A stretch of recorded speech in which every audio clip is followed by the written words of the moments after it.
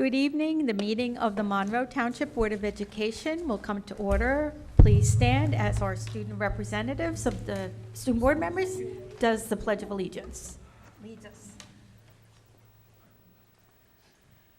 I pledge allegiance to the flag of the United States of America and to the republic for which it stands, one nation, under God, indivisible, with liberty and justice for all. Thank you. May we have a roll call, Mr. Bernstein?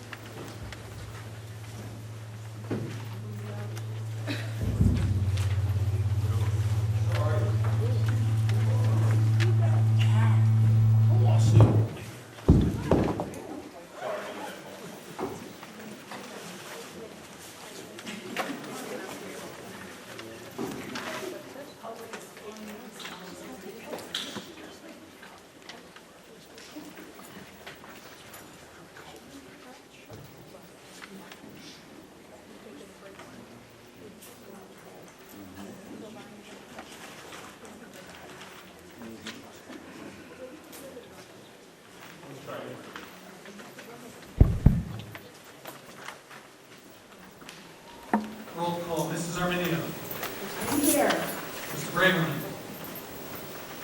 Mr. Chiro. Here. Mrs. Mayo. Here. Mrs. Kolpanovich. Here. Mrs. Lang. Mrs. Carino. Here. Mr. Ryback. Here. Mr. Russo. Mr. Rutsky. Madam Board President, you have a quorum present this evening. Thank you. In accordance with the provisions of the New Jersey Open Public Meetings Law, the Monroe Township Board of Education has caused notice of this meeting to be published by having the date, time, and place thereof posted September 7th, 2018 at all schools, the Home News Tribune, Cranberry Press, and filed with the clerk of the municipality.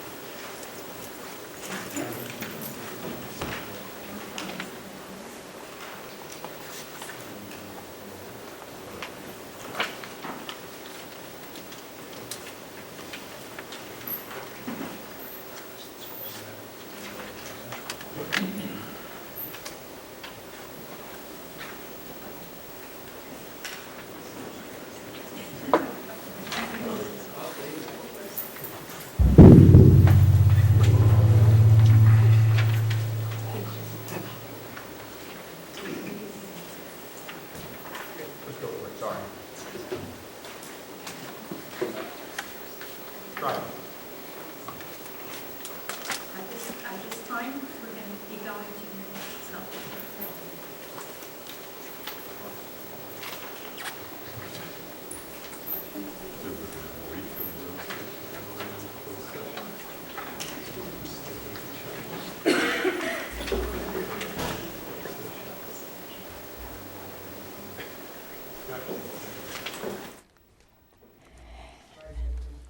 Okay, at this time, we will be going to number 5 on the agenda, the approval of minutes for the closed session meeting of May 23rd, 2018. Moved by Mr. Chiarella, seconded by Mr. Ryback.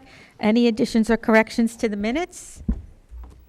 Okay, seeing none, we're going to have a hand vote because last time it got a little complicated. So all in favor, raise your hand. Okay, 1, 2, 3, 4, 5. All opposed? 1. Abstain? 2 abstentions. Okay, thank you. At this time, we will go to our student board members' reports, and I would like to introduce our new student board member as a junior. Welcome to the Monroe Board of Education. Your name, Manan Shah. So welcome. You have a good helper there to show you the ropes here, and we hope your experience on the Board of Education is a very positive and a successful one. So thank you. So at this time, we will go to your reports. On Friday, during homeroom, Mr. Matraparella made the announcement about our community being a place of respect and diversity. We also have bracelets with our theme, Kindness Matters. The students will get the bracelets through PE classes. Thanks, Mrs. Dillon, for approving this last year. Also, high school students receive their new iPads with attached keyboards. The increase in apps and restrictions make the iPad a greater educational tool. Students will have their pictures taken during PE classes on September 12th and 13th. Okay, so tomorrow night is back to school night, so parents and guardians will receive a brief overview of each class of their child's A and B day teachers and also get the chance to attend other programs. There's a presentation on the HIB process, there's the Falcon School Store, they can join the PTO, and they can meet with the representative from Jostin's Class Rings. This Friday, the Falcons football team is also playing against New Brunswick, and next week is Spirit Week, so every day students get the chance to wear something different depending on the day of the week, and it ends on Friday with the pep rally and the homecoming game against North Brunswick. And finally, on October 4th, there will be Club Rush, so students will get the chance to visit various stalls set up around the commons during their lunch block and get information or join clubs and organizations they're interested in. Thank you. Okay, at this time, we'll go to the closed session resolution. Be it resolved that the Board of Education of the Township of Monroe hereby moves to go into closed session in accordance with the Sunshine Law, Chapter 231 of the Public Laws of 1975, NJSA 10:4-6 through 10:4-21, to discuss the following subject: pending litigation, Michael G. Kozak, EDD versus Monroe, Board of Education of the Township of Monroe, Middlesex County, OAL docket number EDU 07970-18. Following closed session, action may be taken. The discussion conducted in closed session can be disclosed to the public at such time as the need for confidentiality no longer exists. I need a motion and a second. Mr. Ryback, Mr. Chiarella, all in favor? Aye. Opposed? Ms. Arminio is opposing I'm opposed to the timing. to the timing. I think it's not fair to the public to have them wait for closed session until, I think it should have been done later in the evening. Okay, thank you. And at this time, the board will move to go into closed session, and I'm thinking it should be about a half hour. Okay, at this time, the board will go back into public session. And on the agenda, we have today a presentation by Marianne Friedman from the New Jersey School Boards Association, and she is going to help us facilitate a conversation on district goals and Board of Education goals. So thank you for being here tonight. Good evening, everybody, and thank you for having me. I just need to put my PowerPoint up. Weren't you supposed to have a public forum? At least announce the public forum? It's not on the agenda. We don't have a public forum. I thought, Mr. Goodall, you told me that it was changed. It's, Number 8. I have Nate, but I don't have a public forum. On the closed session? Okay, I'm sorry, Michelle, I have an old agenda. Okay, before we go into the public forum, the presentation by New Jersey School Boards, let me see. There is a public forum for the closed session item only, so anyone from the public wishing to speak on the closed session item, please come to the microphone, state your name and address for the record.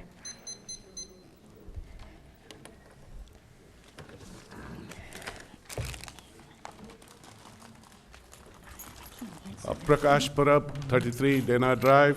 Good evening, everyone.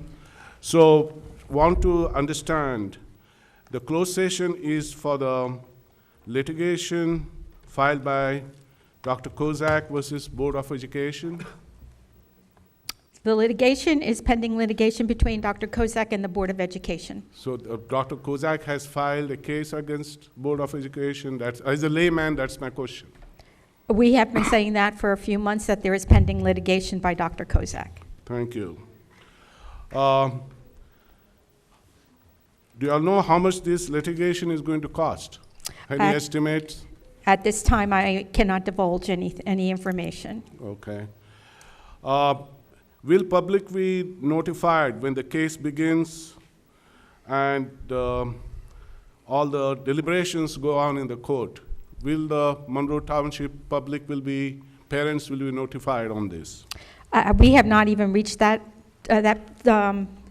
part yet, so depending on what we can tell you and what we can't, we will notify the public as to what we can tell you. Yeah, I advise you all, I request you all consult with the lawyers and make that the public want to be known. Let it be transparent.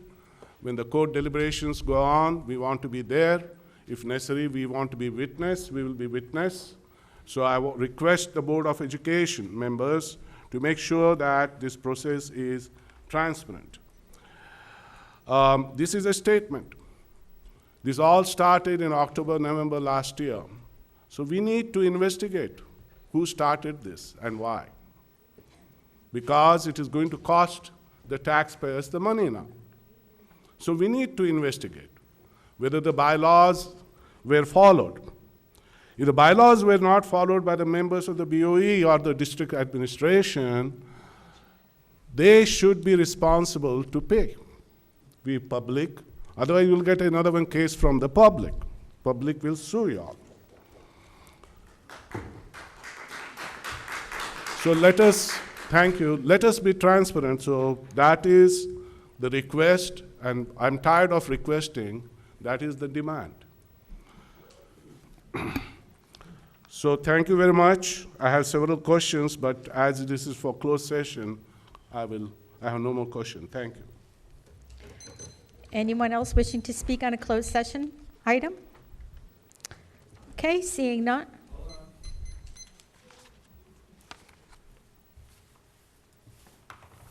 Good evening, Ram Rangnath, 6 Owens Drive, Monroe.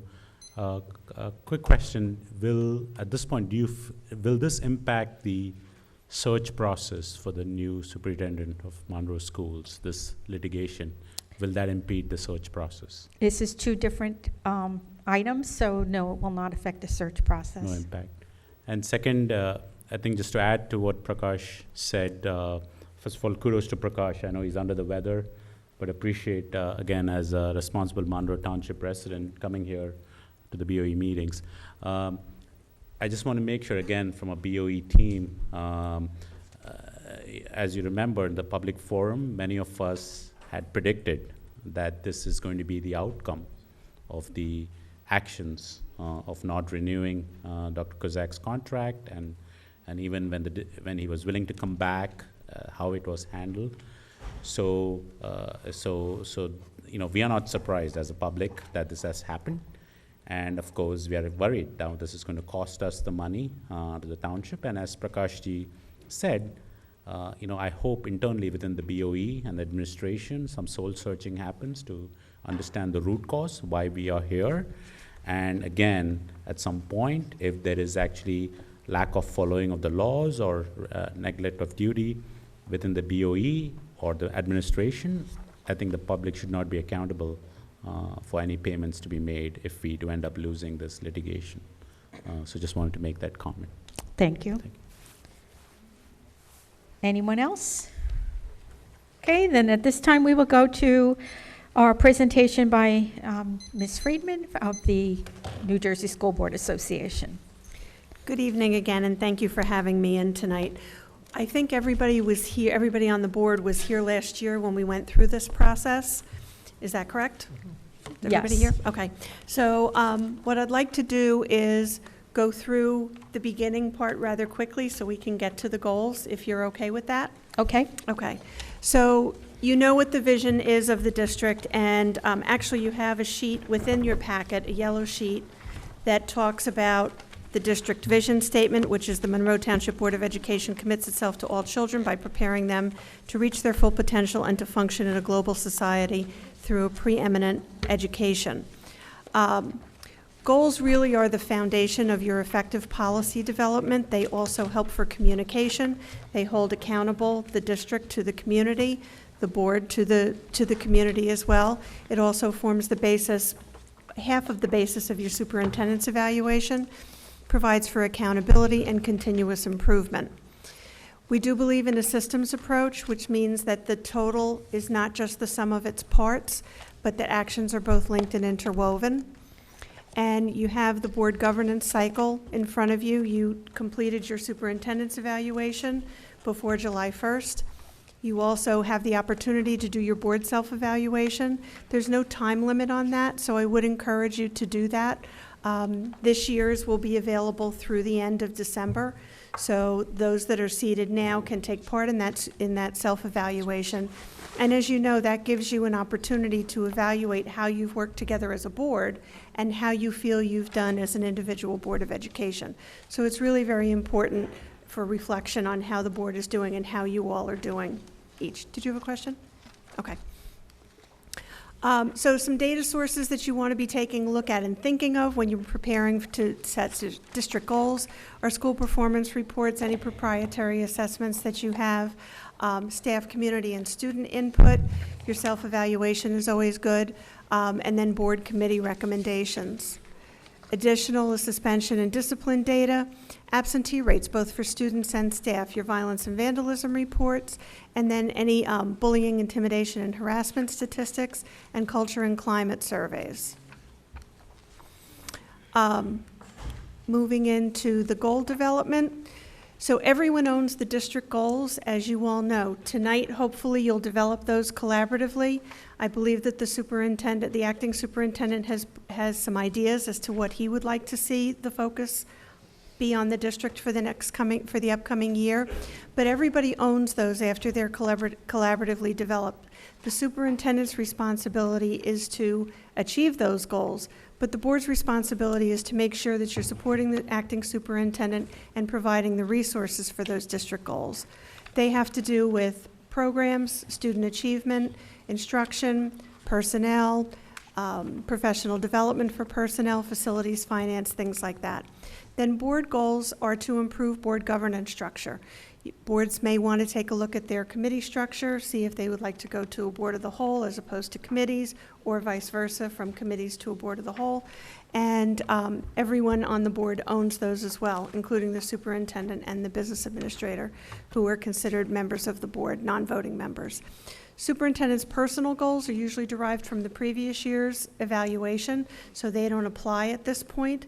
But Mr. Goodall, are you working with a mentor this year? Yes. Through ASA? Okay. So they would probably have developed goals with you for this year that would be your superintendent goals. And then merit goals can be found in the superintendent's contract if they exist. Are merit goals in existence right now? No. Okay. So you want to consider your vision, your mission statement, which is also on the sheet that I have in front of you, and I'll go through that again in a minute. The strategic plan, which you have in place, which I have listed on there as well. Data, and then previous goals that have been, what's been achieved and what's in progress. So these are some of the essential questions. We want you to be able to think about what it's going to take to make your students critical thinkers, collaborative problem solvers, really be able to be civically responsible, digitally responsible, culturally responsive, with a love of learning.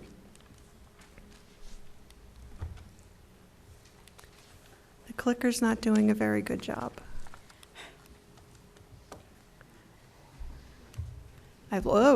Okay. Well, we'll go right to the mission statement then. The Monroe Public Schools, in collaboration with the members of the community, shall ensure that all children receive an exemplary education by well-trained, committed staff in a safe and orderly environment. And then you have your strategic planning goals, which you have in your packet as well. They focus on curriculum and instruction, community and engagement, and business partnership, finance and facilities,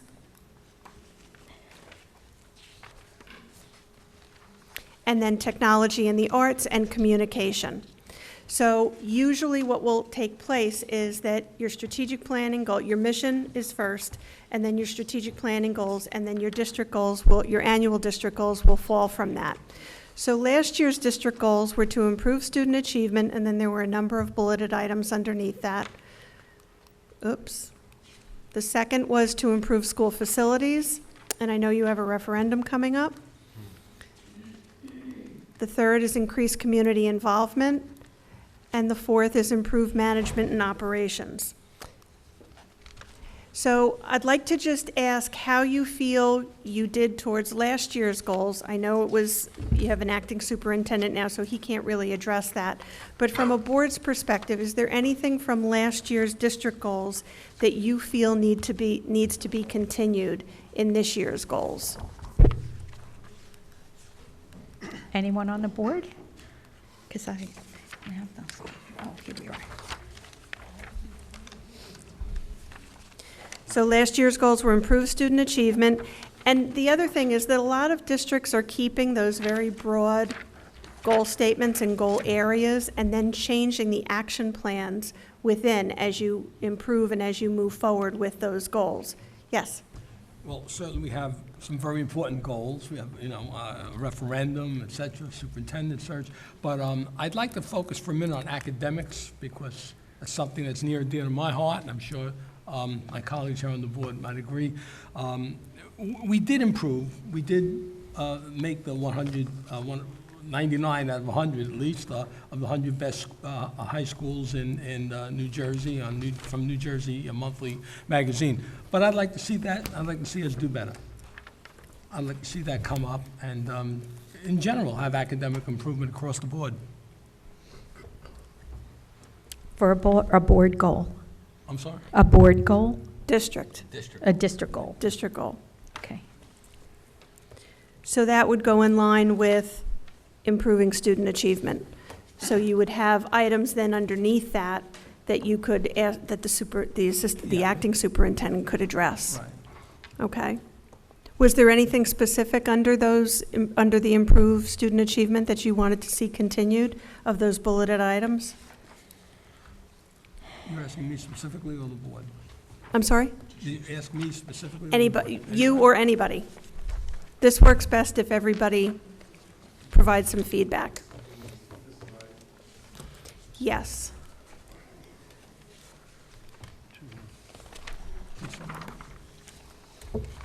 So the first bullet was to continue to develop innovation through real-world and project-based learning, explore programs and partnerships to advance STEM initiatives, use data to continue to improve student proficiency in language, arts, literature, math, and science, and develop the whole child through cultural awareness, character development, and an emphasis on healthy lifestyle. Yes? I'd like to see, I think, more students taking AP and taking the test and passing advanced placement tests.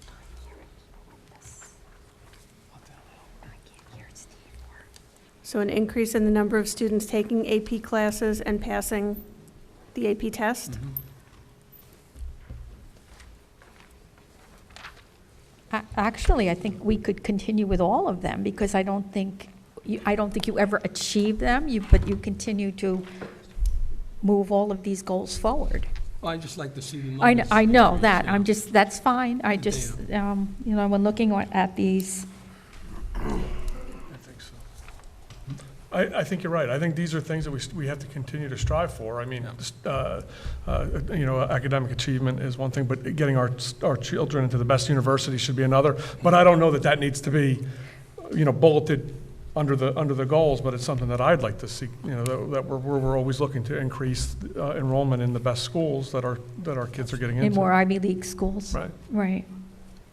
In speaking to the administrative team, and looking back at last year's goals, we had an idea of streamlining, and I have a few slides to present.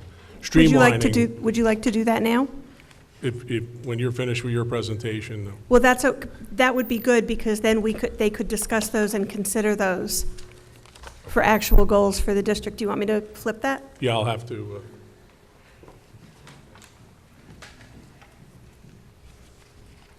I didn't know what years were bad or what.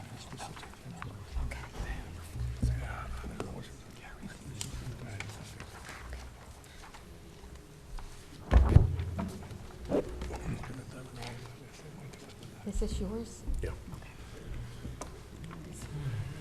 So just to continue my point, in speaking with the administrative team, central office, the building principals, supervisors, we made an effort to streamline some of the goals from last year into our goals for this year. And we felt that some of the goals from last year should be ongoing and continuous this year. So in the area of student programs, not specifically improving a test score, but just the development of programs to continue and develop and expand our STEM initiatives K through 12. We do a lot at the high school. We have a STEM Academy. We have Project Lead the Way, which is an engineering program. Some of the elementary schools have a lot of STEM initiatives where they have parent, family nights, and a lot of STEM activities. So we were looking across the board to increase those initiatives throughout the district. In addition, we did a lot of work last year through the Whole Child Committee to work on not only the academic, but the social and emotional supports for students for their success. So there's a lot of professional development that we're going to plan for this year to go along in ensuring that wellness and activities are embedded in everything that teachers do. So we have a lot planned for that this year. In addition, one of our more successful programs, I don't want to steal the thunder of the curriculum committee report, but our unified programs at the high school, which is an integrated phys ed program for our regular students and special needs students, has been very successful. And in me speaking with parents in our district, there was a call they know about this program at the high school, but a call to expand it throughout the district. And so the unified program, which you'll hear at the curriculum committee report, some of the things that are going on there, we'd like to discuss and expand that even throughout the district K-12. May I ask a question or make a statement? Sure. For bullet number 2, the whole develop the whole child, expanding professional development, community engagement. I know I've said it before, and I'm just going to say it again because I think it's important. Our student population has changed. You know, our demographics are shifting. We have, from what I remember, 34 or 35% of our student population now is of Indian descent. And I think that if we're going to look at community engagement, it has to be, you know, all those different parts have to be recognized. So I really think it's important for us to look at our calendar and look at creating holidays that also reflect. So cultural awareness. Those cultural holidays, right? And I think that's important. And when I grew up, you know, we grew up and Jewish holidays were implemented. I didn't know what those were, Rosh Hashanah, Yom Kippur, and things like that. But over time, we learned it because we were celebrating those holidays also. We had off, so you start learning why you're off and those kind of things. And I think that helps you, as a child, understand your peers.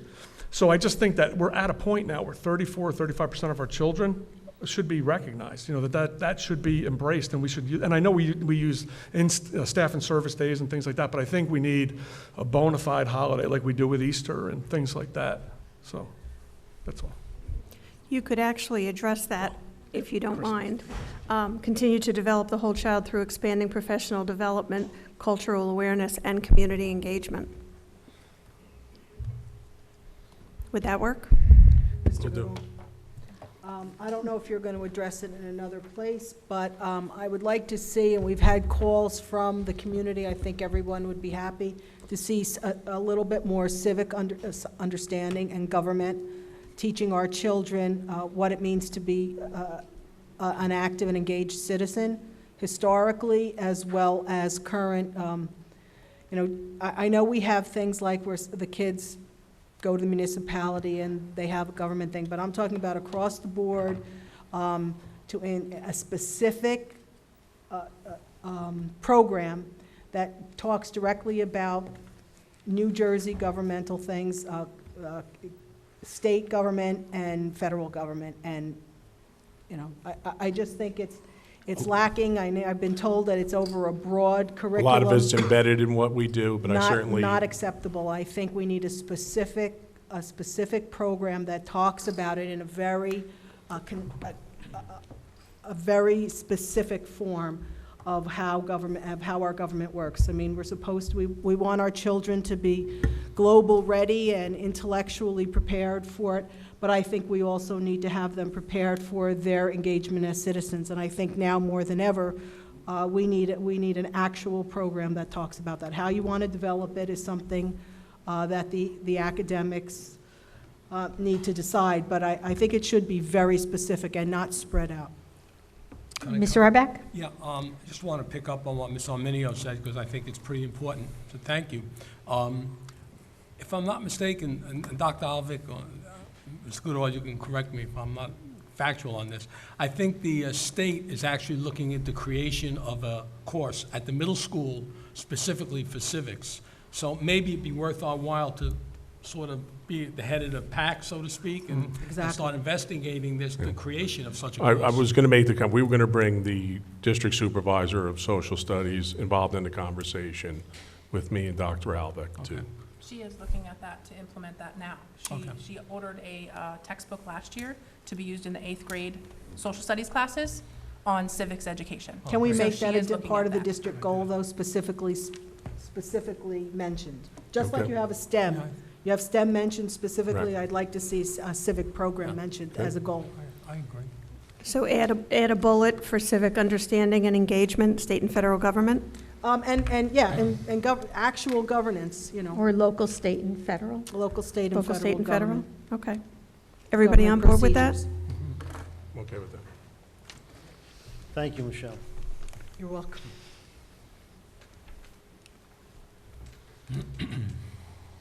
The second district goal was to expand and improve school facilities.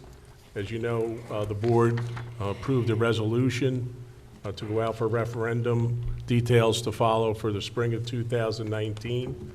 And as part of a goal, the administrative team would like to be a part of, and a critical part of detailing the plan for that referendum using the latest enrollment data and projections to ensure we have a number of unhoused students in the middle school and the high school to ensure that our future is bright and that we have facilities to match the enrollment now and for the future. We would also like to continue to develop a plan for expanded bus parking depot. Right now, we have to contract out for a few buses.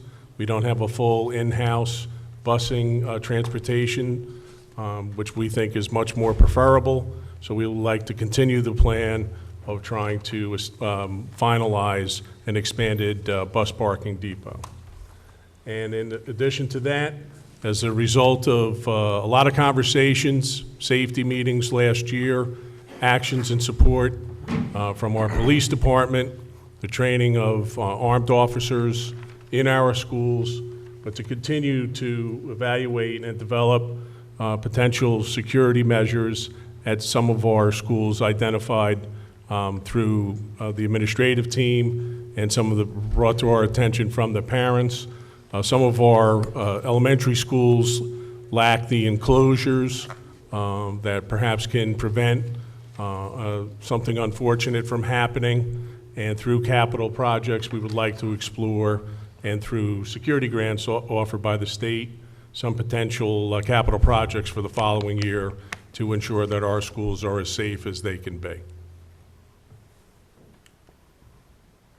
And then the final goal is over the summer, I was fortunate enough to be at the S2 signing, in which the district received additional state funding, and we will continue that fight.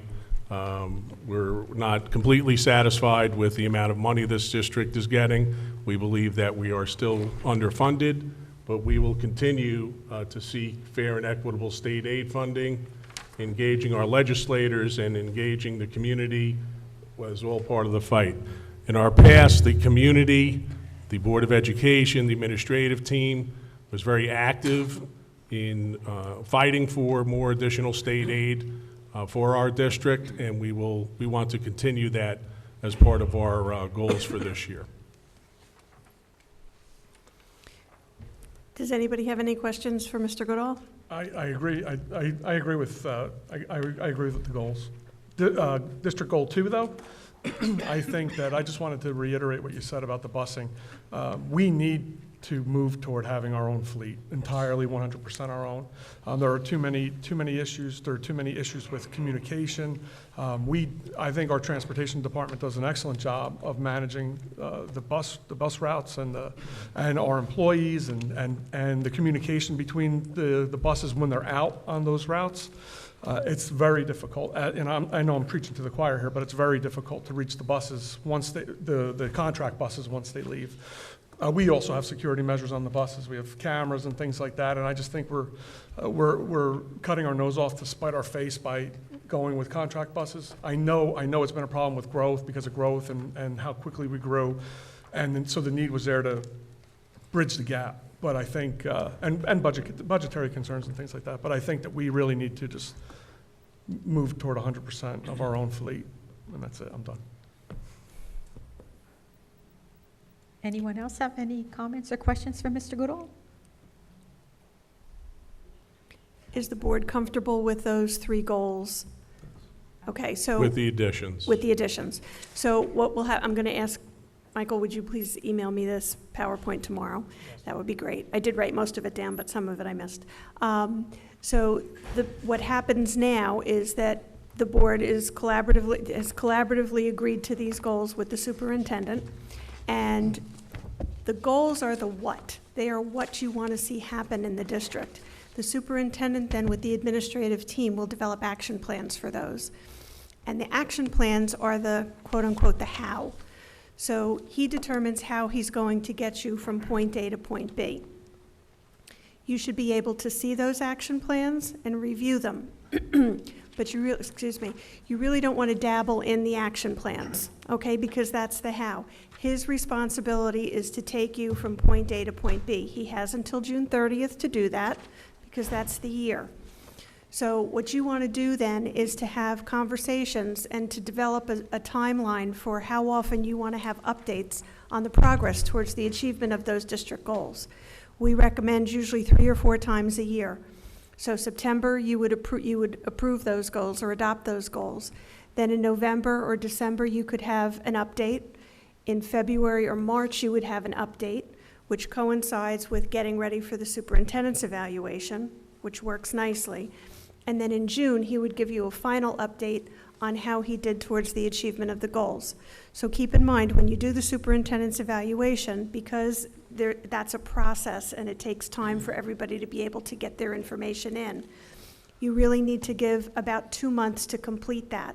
And then by statute, it has to be completed soup to nuts by July 1st, or you will lose points in CUSAC for that, okay? So that's important. Yes? I think going back to district goals, and I'm sorry I didn't bring this up before, but I think one of our district goals at least should be under discussion is a search for a superintendent. That would be a board goal. Okay. So we'll get into that. We'll do that. Okay. Yes. Yeah. On the district goals, did we go through number 4? Improve management and operations? That's actually the last, if you click Yeah. to the next Okay. goal. Okay. Mr. I Goodall, that's the streamlined them a next little goal. bit from last year. I would like to make one suggestion, if I can, that can be included. It's okay? Yeah, sure. Okay, so due to the growth in the district, I would like to see a comprehensive review of the current organizational structure, what works, what doesn't, and recommendations for a new structure.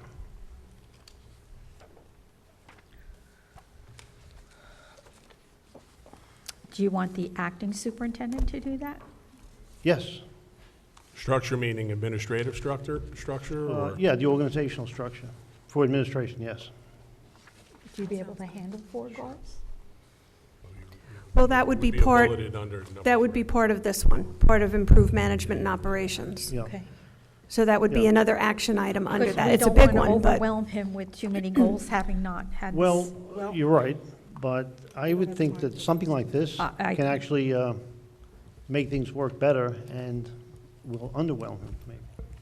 He'll have more time for other things. Can you repeat that language, because I want to write it down too.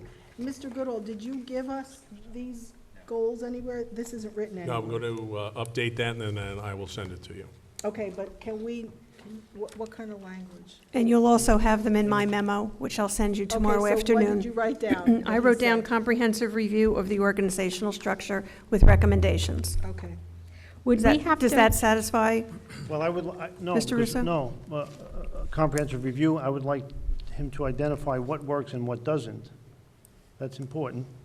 And then to make recommendations for a new structure.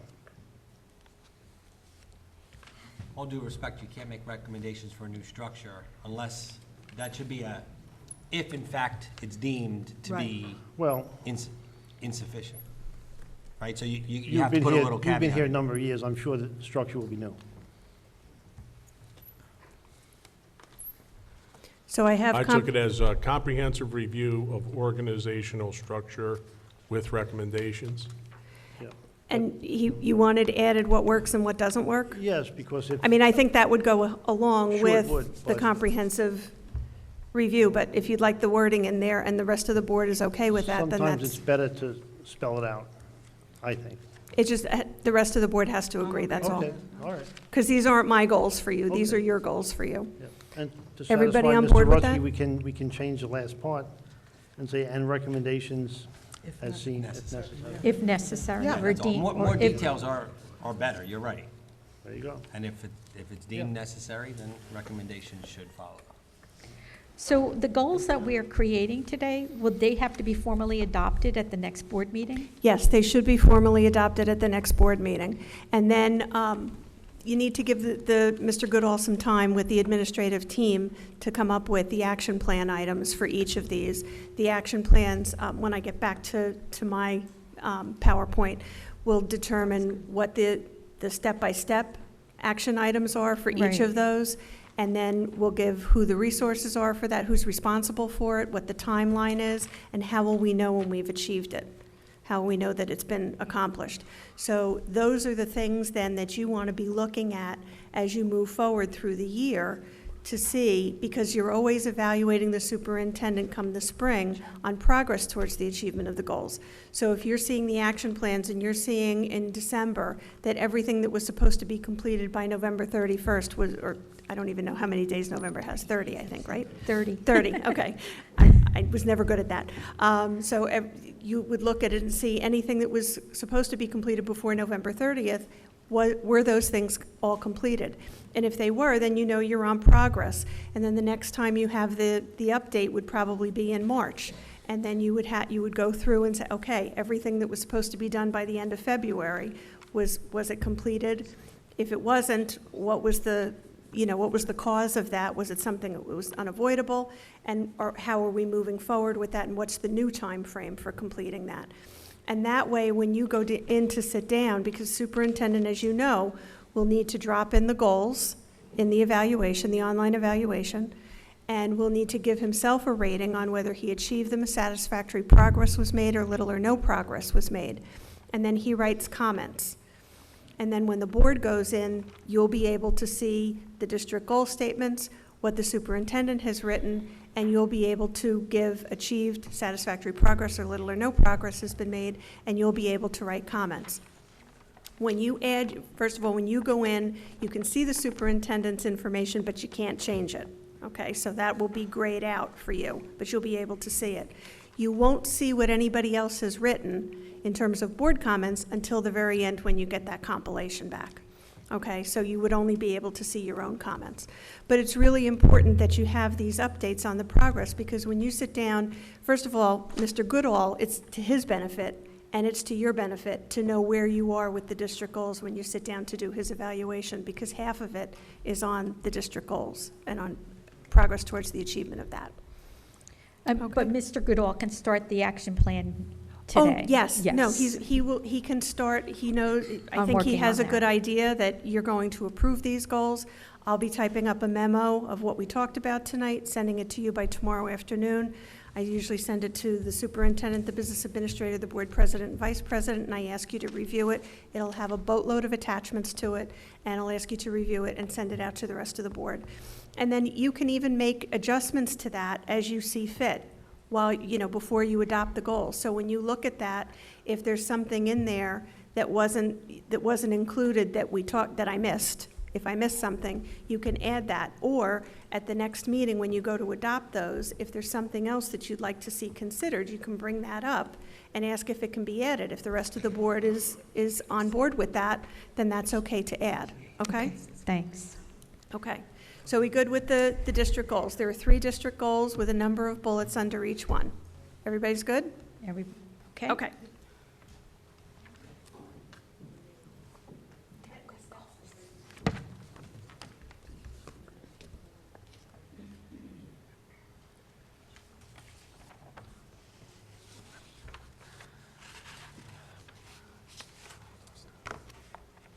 Okay, board goals.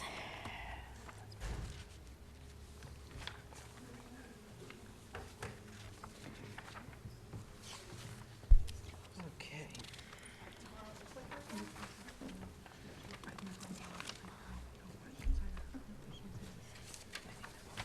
So these were your board goals for last year.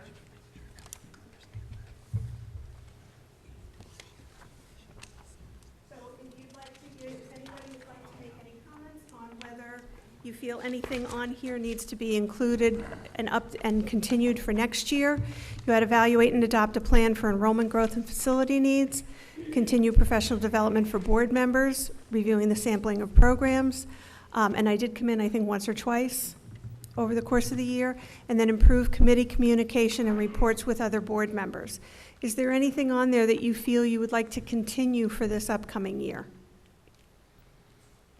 Would goal 1 continue to be a referendum?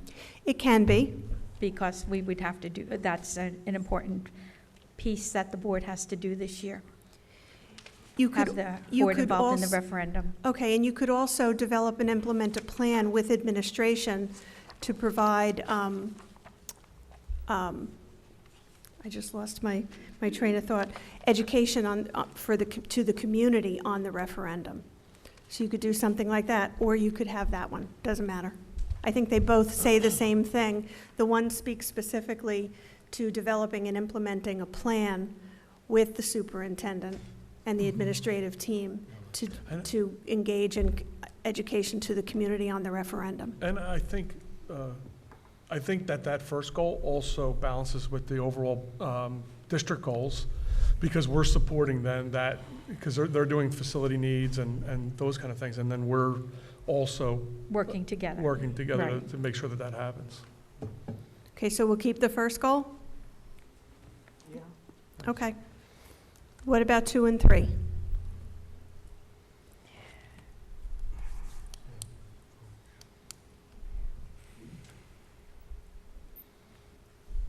I think we can still improve on number 3. I'm sorry, you said to continue with number 3? I think so. Everybody good with that? Everything is written in board docs. You could find all your committee reports, all your, Yeah, board docs was a big help with that. it was, yeah, something. It is, because you- you can go in and just pull it. You can see. You can pull the policies, you can pull the different things that were discussed and review it. Right, it has all the agendas for the meetings, meeting minutes. I don't know, because otherwise you'd have to look at another Right, venue for right. doing that. I think we've spent a lot of time doing that, Yeah, okay. but if you think it's important. No, that's fine. I think for number 2, we may want to continue to encourage professional development for board members. Because obviously we can't demand it, although, you know, I think we'd like, I know I like professional development, but I think to encourage it might be a little better wording. I agree. You agree? Am I hearing number 2? I'm sorry, I'm getting very dry. Number 2 is okay to continue with? Yeah, encourage professional Encourage instead of- development for all board members. Now, how do we encourage people? Motivate. Just ask them to take more training classes. Yeah, I think so, and I think that, we get those things online. Maybe there's a way to just, Well, we ask our staff and our administration to do professional development. It's to our benefit to do it ourselves, too. And So we if- always have the Atlantic City workshop that's very good in helping that. So if I can add, on October 2nd, You probably are aware that we had a task force on non-college bound student learners, and the task force will be rolling out that report in North Brunswick on October 2nd. October 3rd is a Middlesex County meeting, association meeting, so you can go to those. It doesn't cost you anything to go to those. It doesn't cost you to go to the rollout either. If you can't make October 2nd for the rollout, it will also be rolled out at Workshop in Atlantic City in October, so you might be able to do that if you can't do October 2nd. But you have county meetings 4 times a year that you can go to, and it doesn't cost anything, and they do provide training for you. And I'm there, so. And there's a legal course in October, I think it's October 3rd. Yeah. Governance 4 At PS. will be held on Thursday in Atlantic City at Workshop. Oh, no, there's one though in. The county meeting is going to have a school law component to it Yeah, on October 3rd. What time is the county meeting? County meetings usually start at 6. You're provided with dinner and networking opportunity, and then we usually start the meeting at about 6:45. And we're usually done between 8 and 8:30. There's a legal training seminar in Trenton tomorrow, There is. but that I think would have to be voted on tonight because it has to be registered through the business administrator. Yeah, there was a But it's cost to that. That's why it Right. needs to, yeah. All right, but there's legal seminars that they say who can go, but board members can go as well. Unfortunately, I can't go tomorrow, or I would have signed up for it, but they're very informative. They are, yeah, we signed up for one for October, but it was free, so we didn't have to go through the board. Mary Ann, Madam, Yes. that's an important consideration. Is there any cost for this? Because if there's no cost, then there's no requirement to, For which, the legal program tomorrow? Yeah. There is a cost for that. There But is a- not for the county meeting on October 3rd, and not for the rollout of the task force on non-college bound learners on I think October tomorrow 2nd. was not $199. Tomorrow, I think, was $199, Yeah. but I'm not I just can't positive, get but I know there was a cost to it. Okay. But we've also, so, our county programs run 4 times a year, 4 or 5 times a year, and there's always an educational component to that. And you get credit, you get individual credit when you go out to the county meetings. When I come in, for the amount of time that I'm here, you get an hour as a credit. You have 7.5 credits. There's 16 needed in a 4-year period. So the you would- board? For the board. So remember, there's a board bucket of credits, and there's an individual bucket of credits. When somebody from NJSBA comes into you, you get board credit for that if 7 of 9 of you are here with the superintendent. And an hour is a credit. When you come out for anything, any programs, county meetings, to the task force, there'll be credit for that. The legal program tomorrow, I believe, has credits assigned to it. When you go to workshop, if you go to any action labs and group sessions, you get credits for those as well, but that's all individual credits. So you can achieve certification as an individual board member and as a board. Right now, you have 7.5 plus whatever tonight brings, credits toward board certification, that you could work towards that 16 and become a certified board through NJSBA. Okay? Okay. So maybe that's how you encourage it, Frank, right? We would make the goal that we're moving towards certification. And then, Yeah. and so then we would encourage board members to go because we get certified. Would that be part of number 2, or would that, you want that? 2. Okay. So in terms of board certification or individual? Well, Mr. Russo had asked how we encourage that. Mhm. So that would be one way, that we're moving toward the goal of board certification. So Okay. if we're always cognizant of how many credits we need, then we could, maybe as these things pop up, say, all right, I'll go to this one, you go to that one, and this way we get that certification. Well, I And you- think it's more like when you come in and speak to the board as a Right. whole, then you get board certification. So every time you get some board training, or when we do this, or, when we, sometimes in the spring when we have, you come in and tell us how to do the superintendent evaluation, that's how you get your board credit. Right. But it doesn't hurt to try to become board certified either. And the 2 I think- buckets never mix. So, but you can always find on our website, when you log in, if you log in on the upper right side, you can get your transcripts. And you can see, and what happens is individual credits never expire. Board credits fall off after 4 years.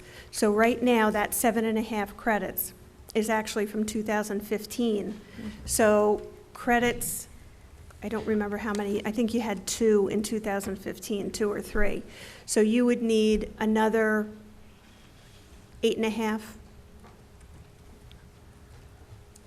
to get to 16. I'm sorry. So, I need to attend one of your math classes. So well, it would have you to would be need to a two-year get, goal. you would need to Unless get to she comes in every 16. meeting. And if you got to 16 by March, you could get your award at the spring county meeting.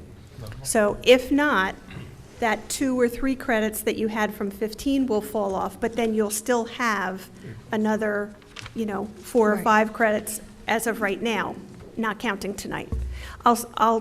All of that will be included in the memo that I send you. Mr. Ryback? I just want to say, Mary Ann, we're very fortunate to have you as a rep because Thank you. I know I wasn't sure where I stood with credits, and I contacted you, and you were good enough to look up everything and tell me exactly what I needed. So we have somebody here that's knowledgeable and very helpful. Thank you. Thank you. You're welcome. There was, yes, Number 4, superintendent search. okay. As a board goal. Okay, can I just ask, did you want to keep 3? Or was 3, you felt that 3 was No, done? we didn't need 3. Okay, So put that as 3, please. okay. So engage in a superintendent search process? Yes. Everybody good with that? Okay. Yes.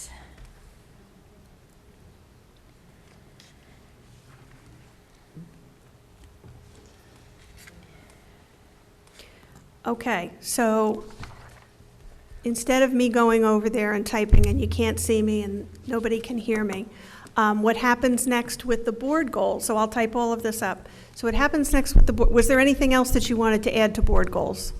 We're at 3. Okay. So what'll happen next is you'll need to develop action plans for the board goals.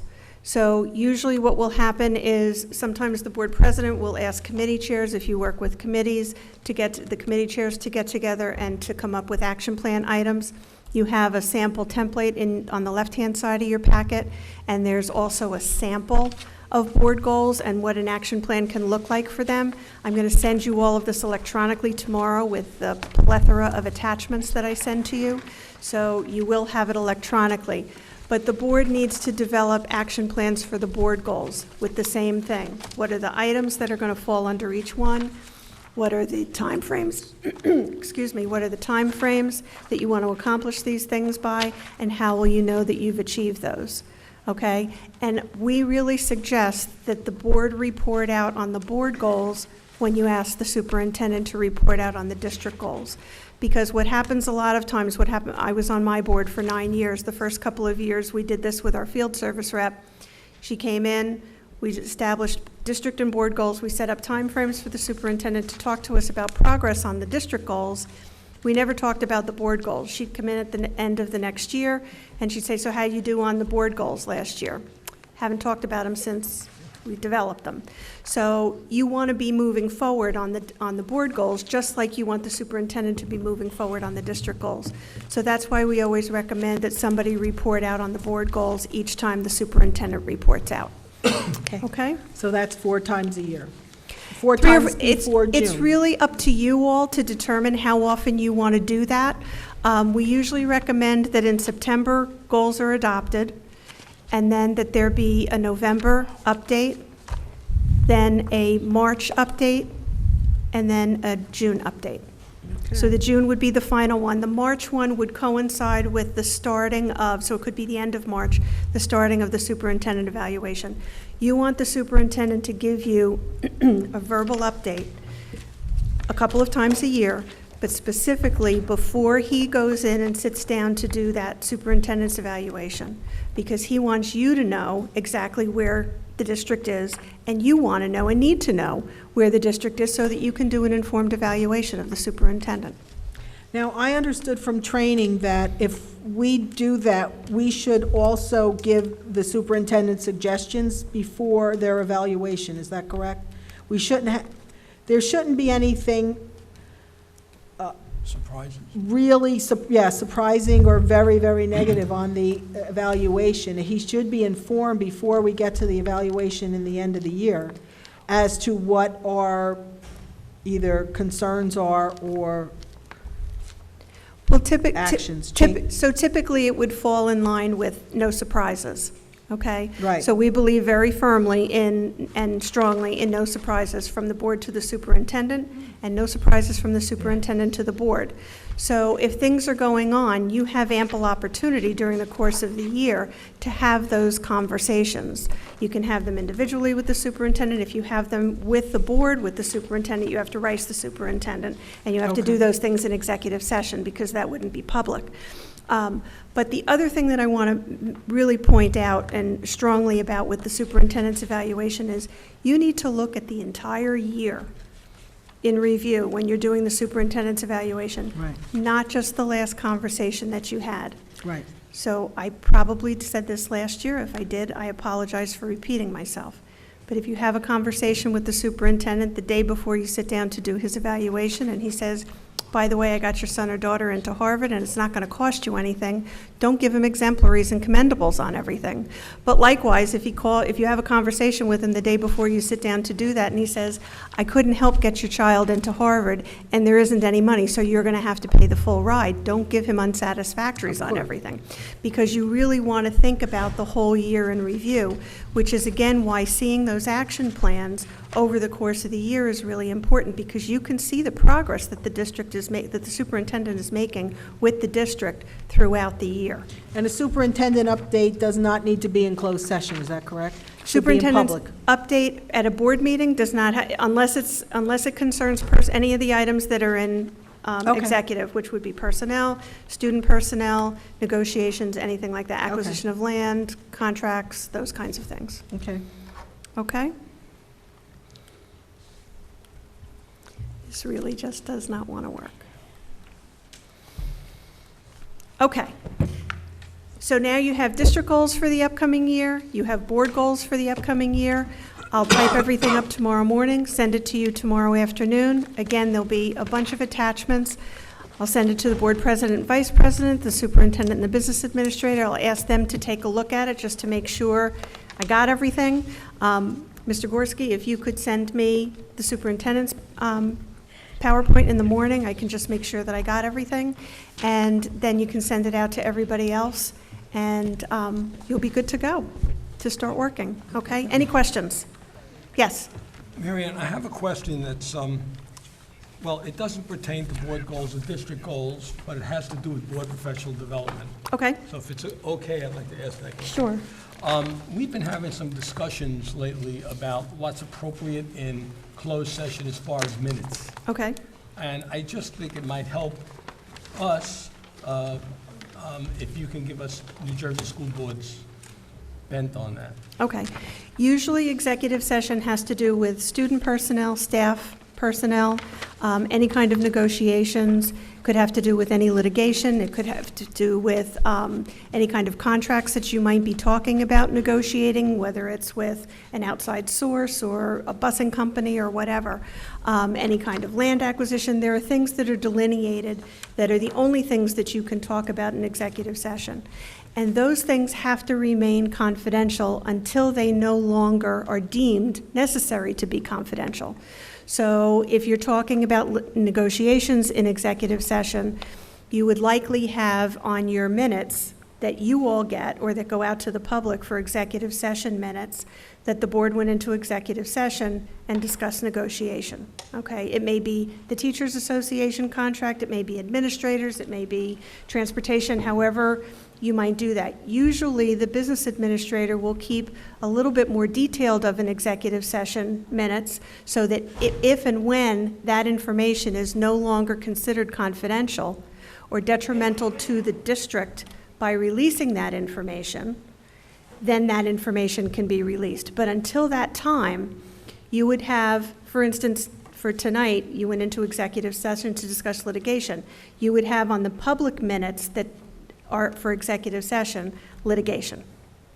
So it's not specific, it's general.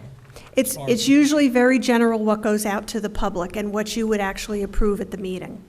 okay? Because it's confidential for a reason. If it's not kept confidential, it could impede the negotiations, it could impede negotiations on the litigation, it could impede land acquisition, any of those things. It could harm staff or students. So whatever the need for the confidentiality is, until it's no longer deemed confidential, where it could impact the district in a negative way or whoever it's about in a negative way, there are some things you cannot be transparent about. That's the long and the short of it. There are things that go on in executive session that you cannot be transparent about until the need for confidentiality is no longer needed. Thank you. Does that answer your question? Just to follow up, because we keep having this discussion in public, but once the confidentiality is no longer, and I understand you can't put names or certain things, but once that confidentiality is over, it can be released what kind of discussion went on within that closed session. Usually it's that a discussion took place, and then what will happen is you can't vote on anything in executive session. That's correct. So when you come out, you would take a vote, and that would give the public the information that they needed to know, which was what action did the board take? Because they have a right to know what action you're taking, but sometimes the deliberations have to remain confidential for obvious reasons, so they may not necessarily be able to know why you voted the way you did. I respectfully disagree with that assessment, but I think there's some, in fact, Monroe at one point was sued by John Paff for not having comprehensive closed session minutes. So I think there's some documentation out there that suggests that we can be a little bit more detailed with some of the closed session minutes. I would encourage you then to check with your board attorney on that. Okay? Because that's the person that is empowered to give you legal advice, Right. because you hire them for that. I know school boards is not fond of Oprah and Open Public Records and Open Public Meetings Act, but it is the public, after all, that is governing us. Well, they've put their trust in you. Right. To get the information, to make sure that you have the information you need to make an informed decision in the manner in which they should know how that decision is you made. vote. Okay. Sometimes that's not possible. As I said, for obvious reasons. There are times that you're going to need to be able to say to somebody, I can't share with you all the information that led me to my vote because it's confidential, but I can tell you that I did the best job that I could with the information that I had, and I made sure I had enough information to make an informed decision. Okay. Okay? But check with your board attorney. I'm not an attorney, and I've never played one on TV, so. Thank you. Okay? All right, Any thank other you so much. questions? Okay. Have a good rest of the evening, good rest of the meeting, and I will talk to you all soon. Thank you for being here with us this evening. Thank you. Thank you. Okay. So we will move on with our agenda and have a, excuse me, budget philosophy discussion. Mr. Goodall, Mr. Gorski, Dr. Alvick, are you? I think we're doing it from here. I don't know. We're doing it from here. Okay.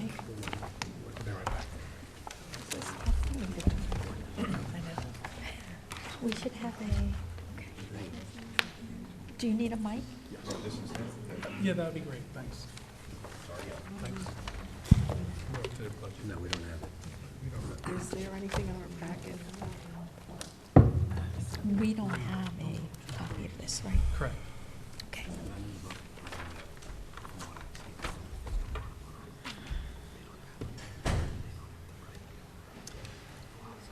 Good evening. On behalf of Acting Superintendent Goodall, Dr. Alvick, and most importantly, significant contributors toward this development of a budget philosophy coming from the principals, the vice principals, all the way down to the teaching level, we want to impress upon everybody that this development of a budget philosophy is a grassroots initiative that goes all the way down to the classroom, vice principal, supervisor, director, assistant principal level, so that we can ascertain from them what their needs are for the forthcoming school year.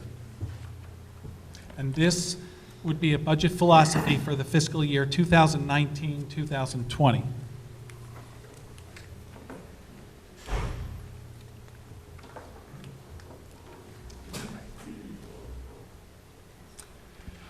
Monroe Township Board of Education consists of Board President Kathy Kolopanowicz, Board Vice President Mr. Stephen Ryback, Mrs. Michelle Arminio, Mr. Marvin Braverman, Mr. Ken Chiarella, Mrs. Jill DeMeo, Mrs. Patty Lang, Mr. Frank Russo, Mrs. Dawn Carino, and Jamesburg Representative and Finance Committee Chair Mr. Paul Rutsky.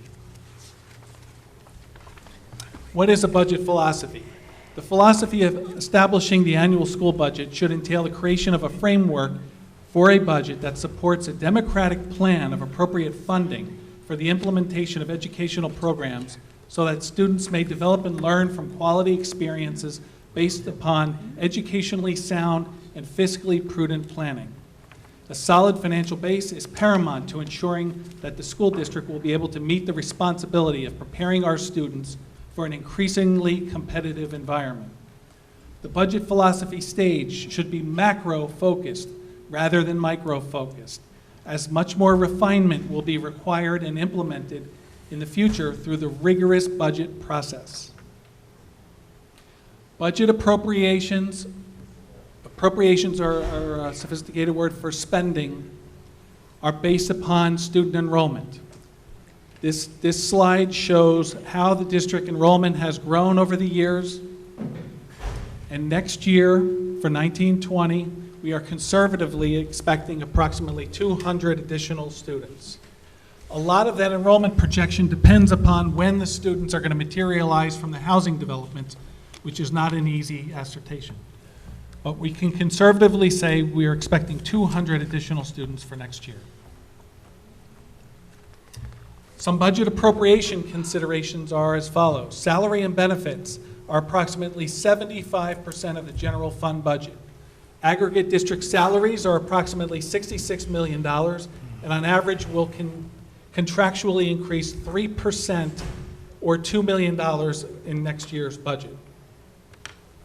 Health benefits have been projected to increase 8.5% at this very early stage, with the caveat that claims will have to be monitored at least through January 2020 to receive an accurate estimate. 18-19 health benefit premiums are budgeted to be $22,774,000 and are offset by contractual contributions of approximately $4.1 million by district staff members. Dr. Alvick, you want to talk about the personnel budget appropriations? Okay, so working with the building principals, the directors in the district, and the supervisors, these are some considerations that we have for next year's budget with regards to personnel.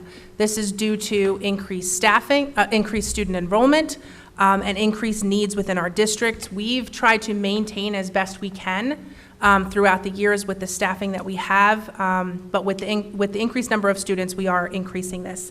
So we are considering, again, these are just considerations for the budget. None of these have been gone through the budget defense rounds or final looks at numbers and final look at classroom spaces.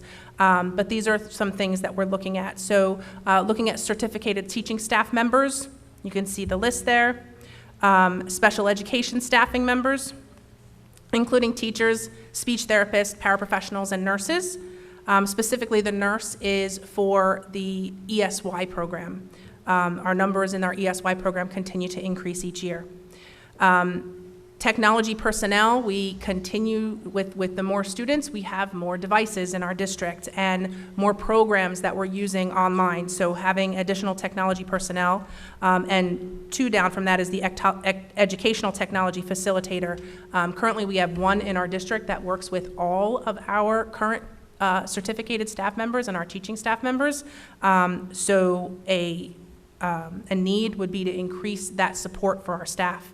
As we're moving towards Schoology in our district, as we're moving to, and at the high school we have the online textbooks, online resources, online programs that we use in our classrooms, a K to 12, having that extra support for the teachers so that we are utilizing these to the best of our abilities in the classroom, and helping the teachers use them as much as they can with the students to support learning.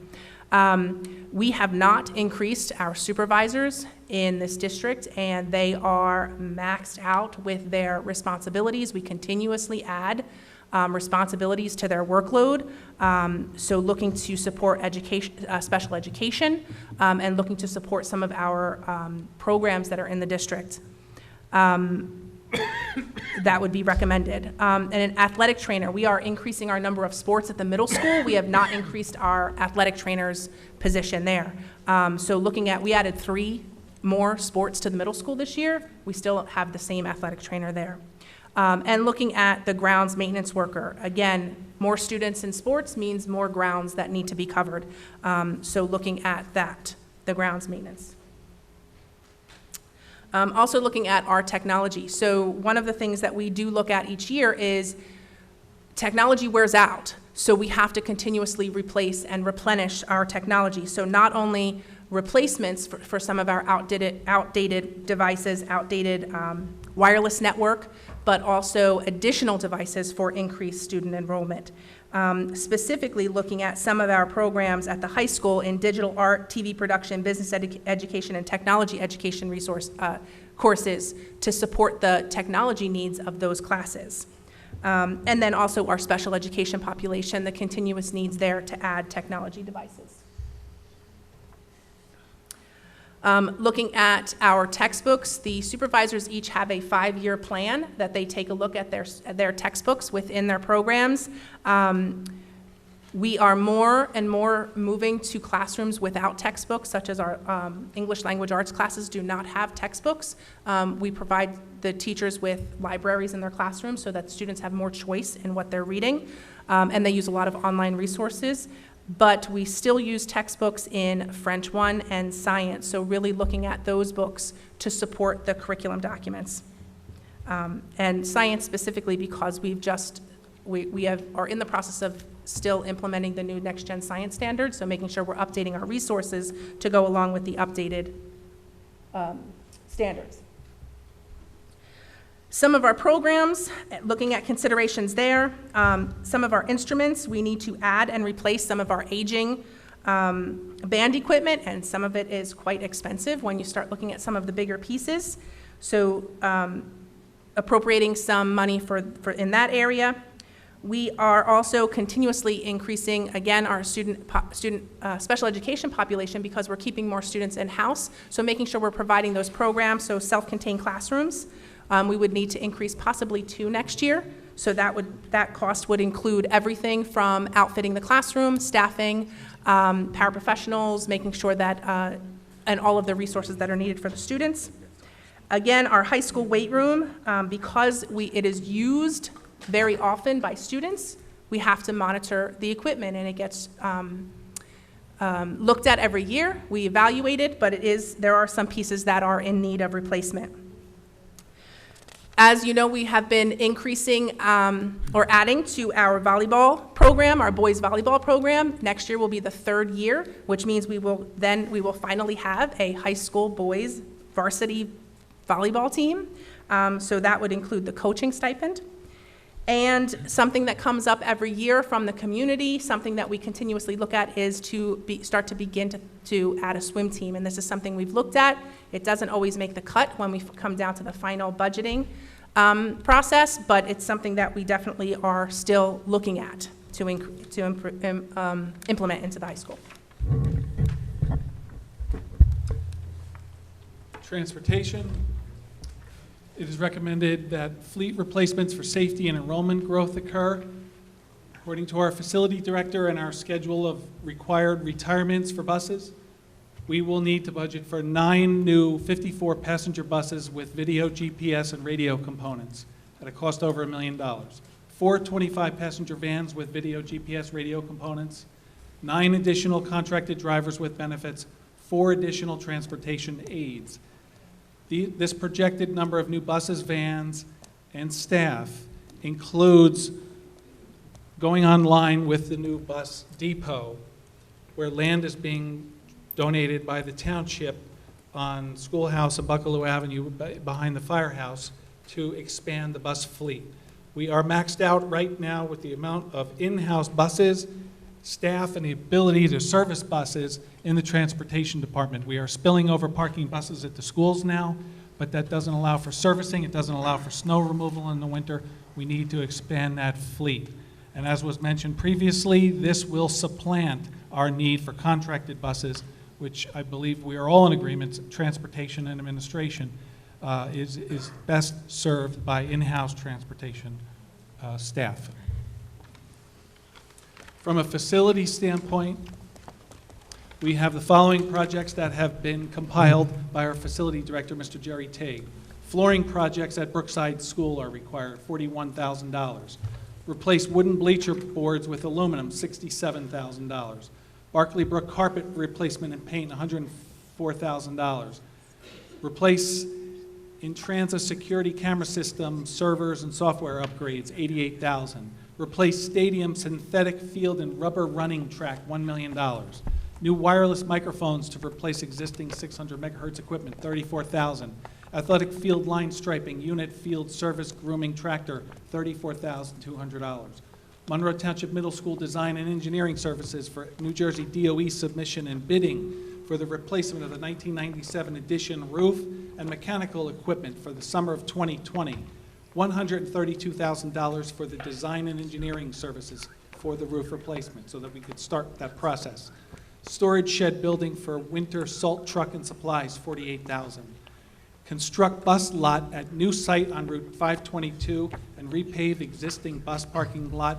We're waiting for a proposal from Epic Management, but we're estimating for the time being that the cost for that could be $2 million to $2.5 million. That is going to be a very large consumption of appropriations if approved by the board in the 1920 budget. And as I mentioned previously, please do not focus on any individual line items here. This is very rough. Look at it in the aggregate. We want you to just get a flavor of what we're seeing coming for next year. None of this stuff is guaranteed to make it even into the defense rounds, but this is what we're seeing at this juncture. Dr. Alvick, do you want to talk about our accomplishments? So some of our accomplishments, our 2017-18 graduation rate was 98.2% of students, which is very high for our, and it's the highest we've been. Our June 2017 graduates, we have not compiled the June 2018 data yet. We will have that once we do the final budget presentation. But our June 2017 graduates, 90.4% attended either a 2- or 4-year college. 1.1% attended career technical schools. 8.5% either entered the military, the workforce, or they were undecided at the time that the survey was done.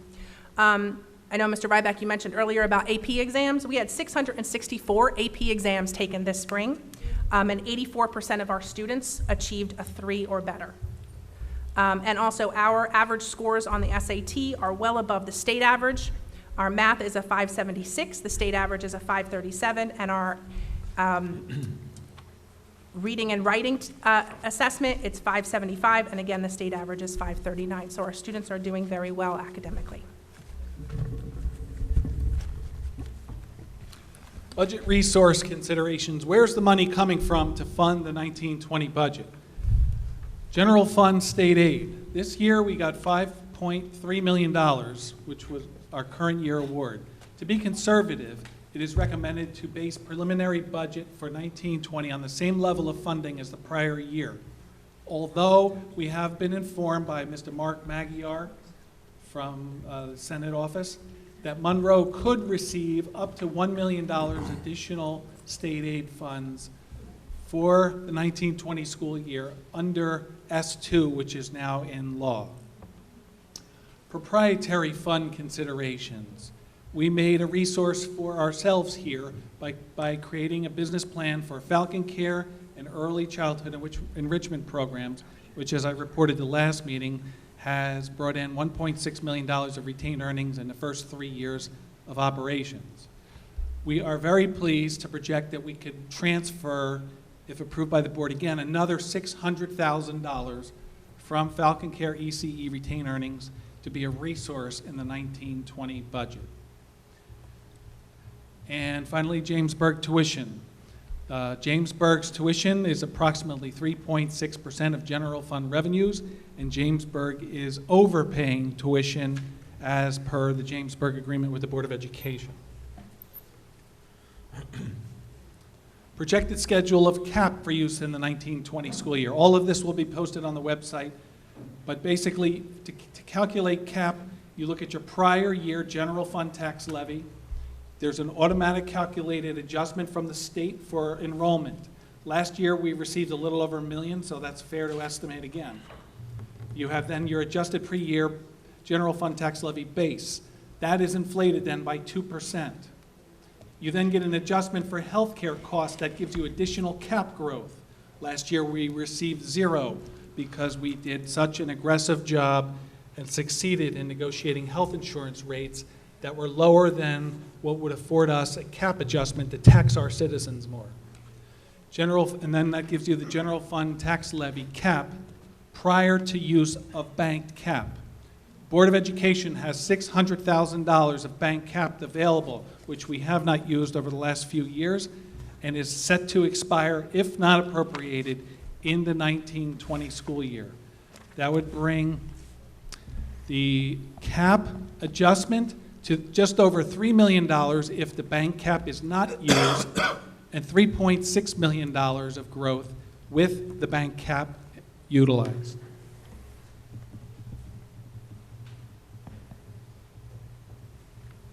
Excess surplus is a big consideration for a revenue source in the next year's budget. Unfortunately, as I've previously reported to the board, we consumed over $1 million of surplus in operations in the 18-19 school year, which carries over. So we've dropped $1 million in excess surplus. What does that mean? That means that the 19-20 budget will be constricted in size by $1 million less of surplus that carries over from year to year.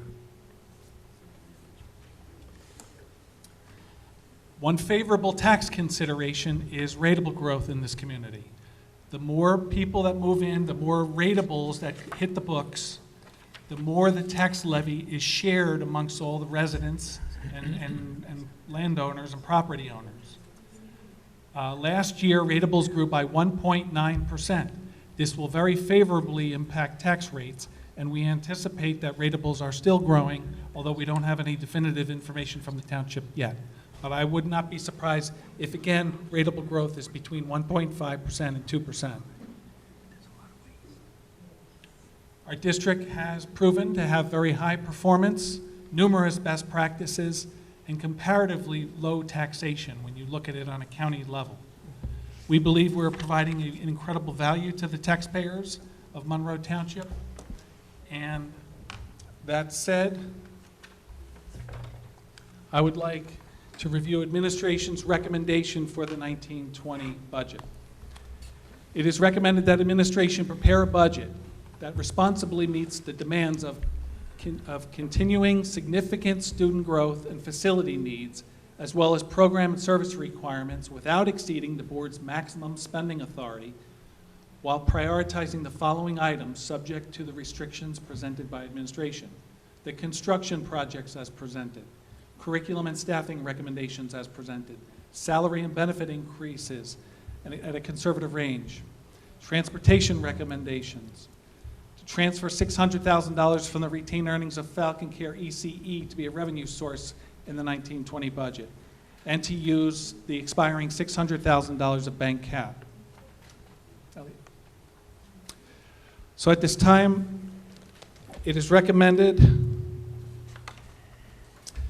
that the Board of Education establish a budget philosophy for the 1920 school year, which tasks administration to prepare a budget that responsibly meets the demands of continuing significant student growth and facility needs, as well as program and service requirements without exceeding the board's maximum spending authority, which would necessitate going out to voters for a vote on the school budget, while prioritizing the following items subject to restrictions presented by administration: construction projects as presented, curriculum and staffing recommendations as presented, salary and benefit increases, transportation recommendations to transfer $600,000 of retained earnings for Falcon Care ECE to offset possible trailer costs which would expand in the 1920 school budget. We have not met administratively yet to assess that, but there's a strong possibility that trailers will expand for next year.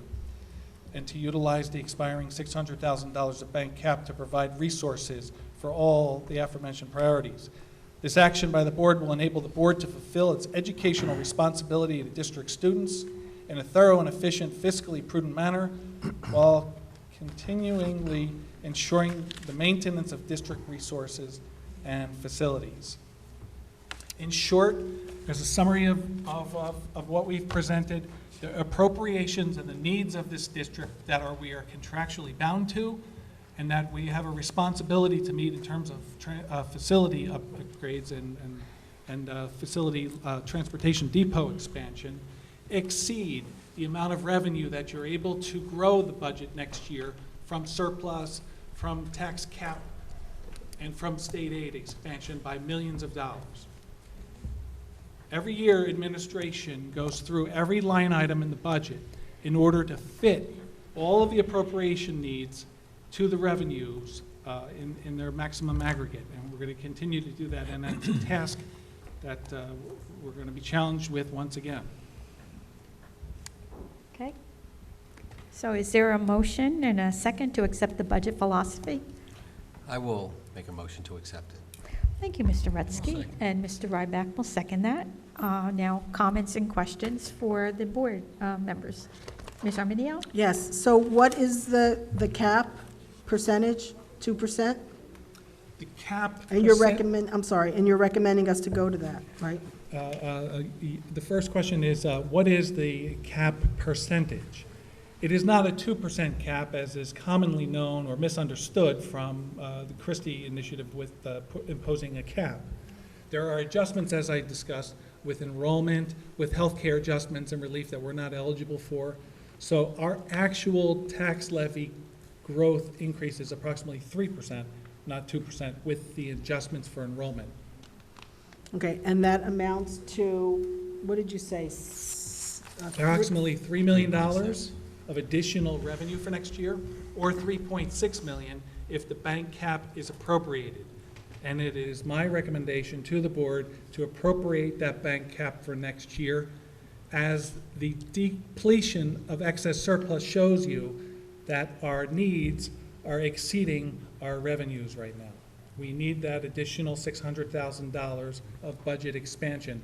And in a time where you have ratables growing 1.5 to 2%, the effect of $600,000 of additional taxes raised should not be felt that painfully through the community. Mr. Chiarella? Yeah, I just want to talk on behalf of that and that reserve and the importance of it, because I think, we've been able to fund a number of projects that have popped up over time and without having to go out and have a referendum and those kind of things. So I think we've obviously depleted it, I think, by $1 million, and now we have an opportunity to recharge it. So that's why I think that it's a smart thing to be able to have that reserve, so that we're not stuck with a major project that we can't fix, we can't work on.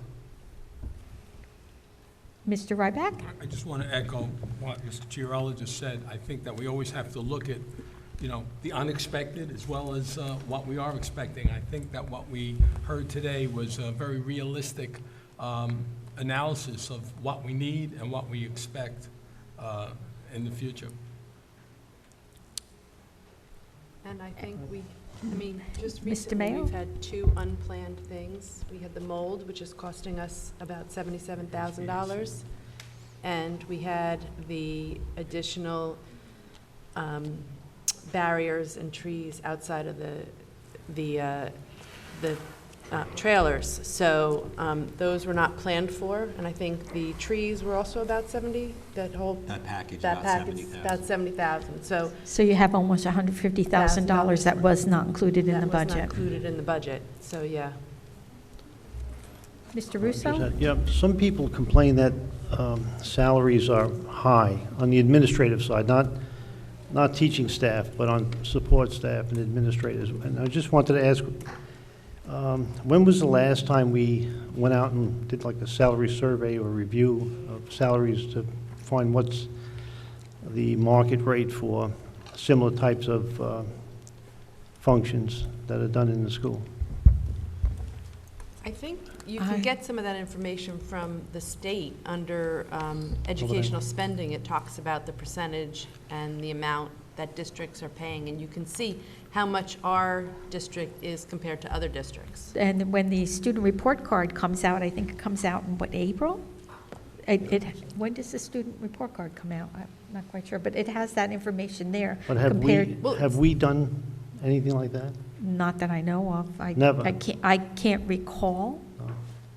Madam? Well. With regard to administrative salaries, they're included in an account called administrative costs.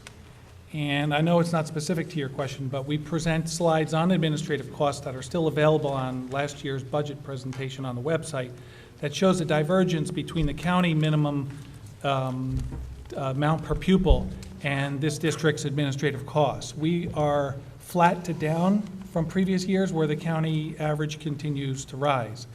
As far as specific administrative contracts, 6A employees, which are the superintendent, the assistant superintendent, and the business administrator, go through a lengthy review process for analytical review with biographies on each person at the county level before the county approves all those contracts.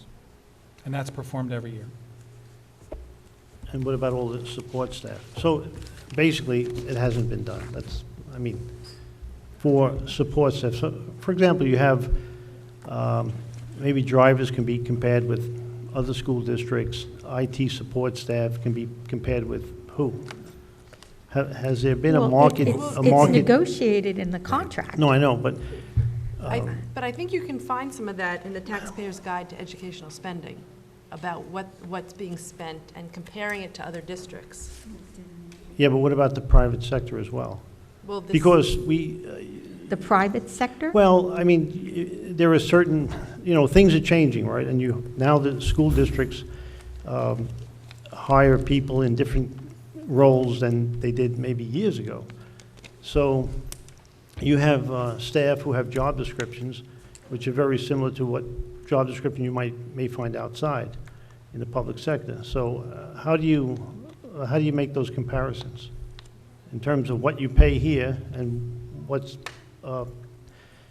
salaries are paid for outside?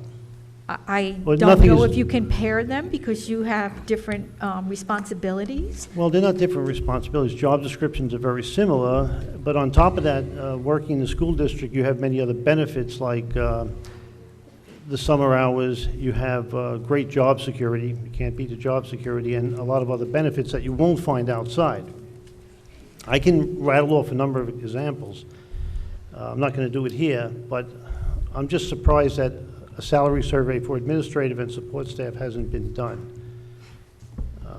It's never been done. It just surprises me. I don't know any school district that doesn't a salary, Okay. Ms. Arminio? I have a question again about nearly 3% hike in the budget. And I know we've always talked about, or other municipal people talk about how wonderful it is, all the construction is going to get us all these ratables. But it seems like the ratables fall far below what we have to increase as our budget. So if the ratables are increasing by 1.9% roughly, and we have to increase our budget by 3%. Now, I know they're not the same numbers, but the thought is we're not really getting much more. I mean, I think compared to the cost of the enrollment, the additional enrollment, I don't think that the tax ratables are really satisfying our position. It's really not. So it's unfortunate because we are obligated, as Kathy has often said, about educating our children, and I'm all for that. But it's unfortunate that we have no control over the type of rapid enrollment, and it's really out of control. And we are, based on the budget philosophy, it would not be my budget philosophy on a regular basis to always go to cap, to always increase, because that means in the next year, it's that much more that we're increasing the budget. But I feel as if we are really with our backs against the wall, and we have to do this to give our children a proper education. But it's burdensome to try to think how we can spend the funds that we have, even though we keep being told that we're getting more ratables. I find that that's really not a good argument, unfortunately. It just buffers it a little bit. It's definitely not going to cover it. Right. It's a buffer. It's fluff when somebody says, "Oh, we're getting more ratables." It's not part of the district reality. And the more I always feel that the more we have to spend on facilities, and as it is necessary, the more we have to spend on transportation. That's the less we have for instruction for our children on a daily basis. So while I welcome all the children to our community, I welcome everybody to our community, it is the rapid growth is just really putting a lot of pressure on the children as well as the parents and other stakeholders. It just needs to be said. Mr. Chiarella? Yeah, I just want to talk about that for a second. So I agree with you. I mean, I think that a 1.9% ratable increases does help buffer until you need new facilities, and then you have to have that large outlay, and we have to bond for it, and that's where the impact is, and that's what we're feeling now, and that's what we're going to feel shortly. So yeah, as a buffer, yes, but then the bill comes, and that's where we're at now. Mr. Ryback? I'm sorry. No, it's okay. I just want to pick up on something Mr. Russo was saying. Frank, you were talking about comparing us to the private sector. You said there's a lot of changes in the private sector. What I'd like to caution everybody when you think about the private sector is you look out west in Arizona, for example, of what the private sector and the federal government support for private schools and vouchers and charter schools is doing to the public school system. It's decimating the public school system. The private sector does not have the benefit of union support, and therefore those teachers, those administrators are not getting the kind of support they need, and their working conditions are being set back years. Mr. Mayo, I always say that to you. It's okay. I agree with what you said, Michelle. It's really unfortunate that we have to deal with this influx of students, and it puts pressure on the whole district. But I'd like to remind people that even though this is the budget philosophy, it doesn't mean we have to go to that amount. And in the past year, we've given back to the taxpayers $1.4 million. So we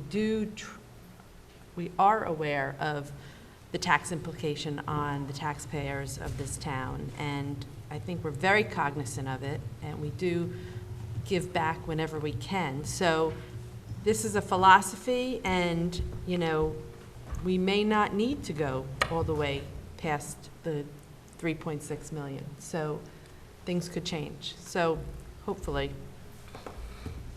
Anyone else? Mr. Russo?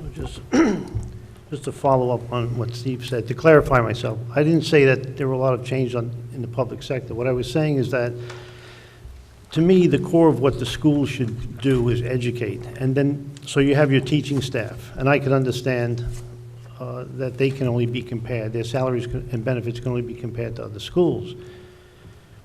But there are a lot of staff in supporting roles. And in those roles, you can compare to similar jobs that are done in the public sector.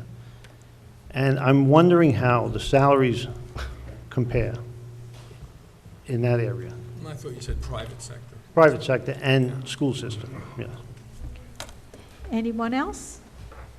Okay, if Can I not, just bring up Mr. one thing? Rutsky? It's just, Sure. I'm not sure if it's the right time or not, but I'm thinking about, it's really more for future budgets, but I'm thinking about one of the slides that Dory went over with regards to adding middle school sports and costs associated with that.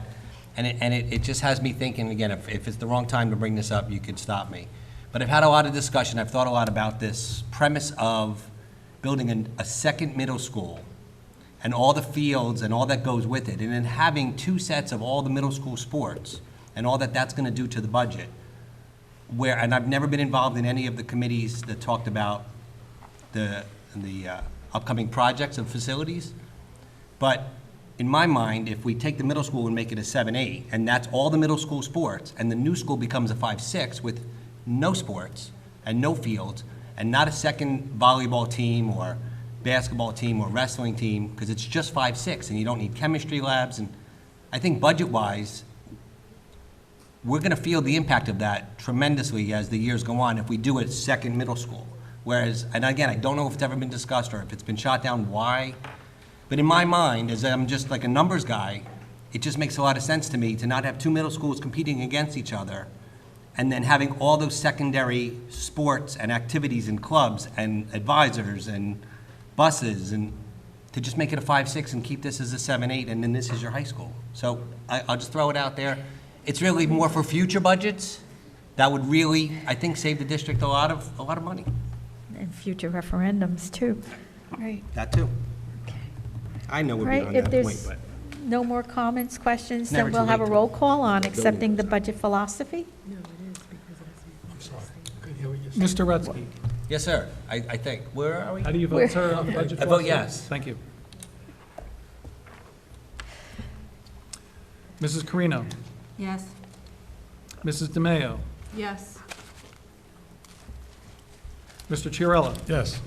Mr. Ryback. Yes. Mrs. Arminio, Yes. Mr. Russo, No. Mrs. Colapanowicz. Yes. Madam Board President, motion to adopt the budget philosophy for the 1920 school year has passed. Thank you very much. Oh, thank you. And at this time, we will have a park presentation, and Dr. Alvick, Mr. Woodall, and Ms. Alvick, she's doing it on her own. Okay. Can I do this while she sets up? I'm just curious to see how this thing develops. I see if they're gonna get rid of it, so I don't know.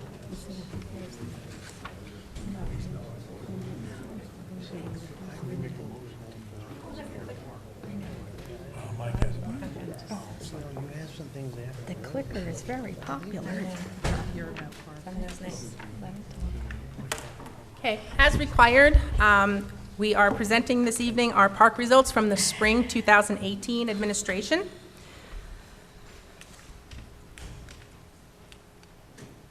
Yeah, I don't know why this isn't. All right, you know what? It's here. Al, I will take that, because it might be easier for me to stand up here. Oh, you keep pointing there, shouldn't you point here? I did point it here, it wasn't working. Maybe the thing is. That's okay. But, yeah, I'll do it. Thank you. Okay, so the 2018 marked the 4th year of the administration of the park assessments. We give the park assessments in grades 3 through 11 in English language arts. And in math, we give it in grades 3 through 8, and at the end of courses in Algebra 1, Algebra 2, and Geometry at the high school.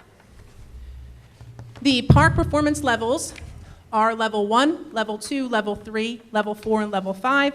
The state considers Level 4 and 5 to be passing the park. This is New Jersey's scores. So this is a comparison of the last 3 years of scores. This is across the state of New Jersey.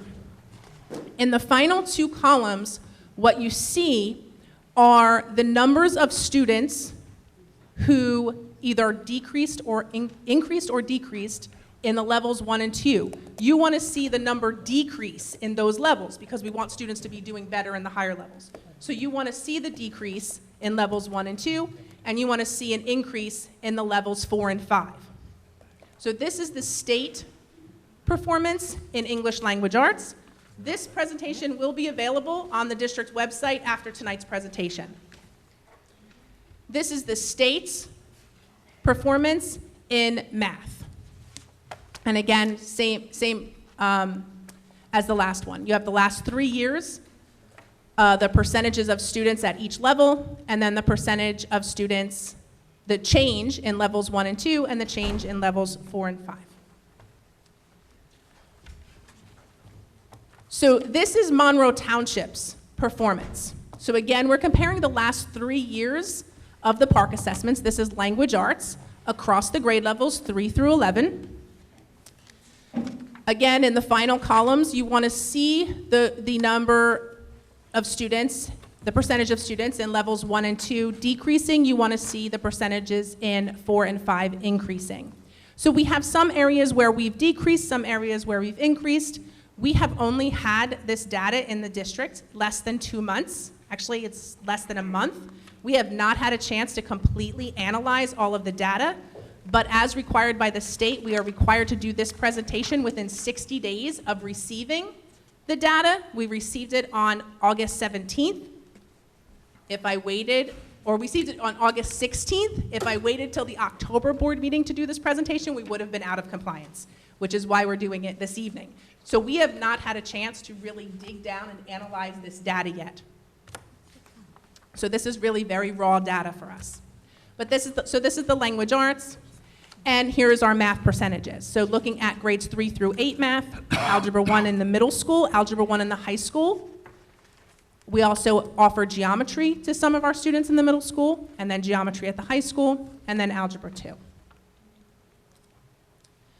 This is the number of students who took the exam in Monroe in 2017 as compared to 2018, and the number of students who took the math exams in 2017 as compared to 2018. So this is the comparison of Monroe Township to the state scores in 2018. So if you look at our district score as compared to our state scores, the last 2 columns on the right, we are well above the state average in all areas. So the state average, obviously we want to be better than that, but we are well above the state average in all grade levels for English language arts, and well above the state average in math at all grade levels. I know in the past the board has requested that we look at our 3 upper elementary schools, or the grade levels at the schools. 3rd grade is at Mill Lake and Oak Tree and Brookside, so kind of comparing our numbers across the 3 schools. And in 3rd grade language arts, 4th grade language arts, 5th grade language arts, and then again in 3rd grade math, 4th grade math, and 5th grade math. I am not going to go through each one of these slides, but what you will see for each grade level, language arts and math, a comparison of all of our subgroups and their performance on the assessment. So I'm going to flick through these pretty quickly. Grade 3 English language arts, grade 3 math, grade 4 English language arts, grade 4 math, grade 5 English language arts, grade 5 math, 6, 7, 8, 9, 10, 11 in language arts, Algebra 1, Algebra 2, geometry. So the other assessment that we gave this spring was the New Jersey Student Learning Assessment in Science. This was given at grades 5, 8, and 11. This was considered a field test, so we will not be receiving scores for these assessments, so you will not see them on this report. Our advanced placement score, so we have a total number of AP students is 376 students. I know I said we took 644 exams. Students take multiple AP exams. So one student may take 4 AP exams in a year. So that's why the number is different there, but you'll see that's the number of students we have in 29 different subjects in our high school. And again, a score of 3 is considered passing in AP, and many colleges accept a 3. Not all colleges accept a 3 as the passing score, but many do, so we want to see our students in the 3, 4, and 5 range. And again, this is an area where the supervisors do take a very close look at the students in the class, our curriculum, how it aligns, making sure that our students are prepared. So our next steps, we will now use this data to identify our strengths and gaps that exist in our curriculum and in our instruction. We utilize it to see if there's any areas in need of improvement or enhancement. And we also look to provide additional resources and support for our educators. We do look at this for individual students. This is one of the possible graduation requirements, and one graduation requirement currently for students in the high school. So we want to make sure that we're monitoring that closely. There are many resources for parents on PARC. So you have this, these websites are available to you. They explain how the student reports did go home the first week of school. So you should have received your child's reports in the mail the first week of school. And there are ways to, scoring guides so that parents can better understand what the score reports mean. And again, our next steps, we are currently in the process of developing school goals and SGOs for all of our staff members. That's required by the end of October. Every staff member has 2 SGOs, and they use this data, to help guide them as they're looking at their student growth objectives. Again, we look at every evidence statement from the PARC assessments. We can really dig down with these reports online to see exactly which statements, which standards we're either not meeting or exceeding, and see how we need to adjust our curriculum. And we have done that over the last 2 years. We've made adjustments to our curriculum based on this. And we look at school goals and how we can better improve that. That's it. Again, this will be available online after this presentation. Okay, are there any questions for Dr. Alvick? I just have one. So what do you anticipate is the governor saying that PARC's done, and we're doing SGOs and plans and there's graduation requirements and all that stuff, but how disruptive will that be if that does go away? I mean, I'm imagining that's going to make your job and everyone else's job a lot harder, because harder? I think it would make our jobs easier. No, I understand that, but I'm just saying that all the plans that you're creating now will be. Yeah. Well, we're still required, even if the PARC goes away, we're still required to teach the standards. Our curriculum documents are written to the standards. So I don't think that the state is going to do away with an assessment. Okay. It just may not be PARC. I know currently they're looking to just reduce the number of assessments. They're not looking to get rid of PARC yet. They're just looking to reduce the number specifically at the high school, and to also offer other options for the graduation assessment requirement at the high school. Since I've been teaching and I've been in education for a long time, we've had some sort of an assessment, and each assessment kind of just follows whenever the standards change. Okay. So I don't think that assessments will go away, but we've been utilizing the MAP assessments. Our teachers work very closely together, and we've developed common benchmark assessments. And I think those really guide what's happening day to day in the classroom, because this data doesn't come out until well after the school year has ended. Gotcha. Okay. So we really utilize that data that we do every day, the MAP assessments and the teacher assessments, through the RTI process, and gathering the DRA assessments and gathering all that data to actually work in the classroom. I think it would make our lives a little easier if we didn't have to focus on the assessment as much. Right. And teaching to it. Exactly. Any other questions for Dr. Alvick? Okay, then we will go on to committee reports. Is there any committees that wish to report this evening? Mr. Mayo.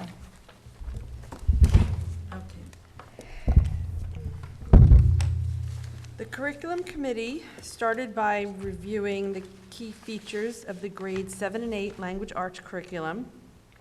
These were collaboratively developed by multiple teachers. They're rewritten to reflect Readers and Writers Workshop, which promotes independent reading of appropriately challenging choice books in different genres. The units of study spiral through the middle school, increasing with in complexity throughout the grades, and each unit contains the lessons and resources teachers need to be consistent, but also allows flexibility to meet the needs of individual students in their classes. We also reviewed the humanities tag and the STEM tag curriculum.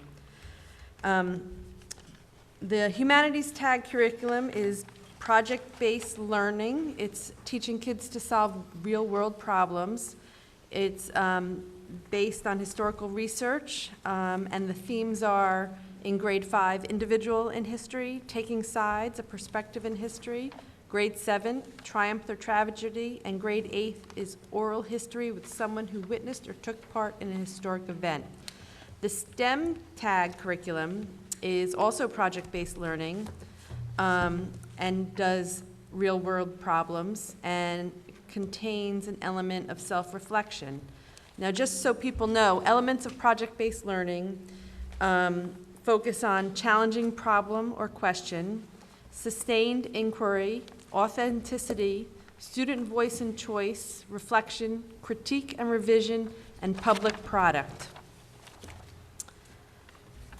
We also highlighted the Algebra 1 curriculum document, and these follow the New Jersey Student Learning Standards for mathematics. They focus on expressions, equations, inequality, reasoning, functioning, modeling, application-based problem solving. There are quadratic functions that are introduced, but they get more in depth into Algebra 2. Statistics are also introduced. And they include collaborative work groups and activities to foster working as a team. We also had, wait a minute.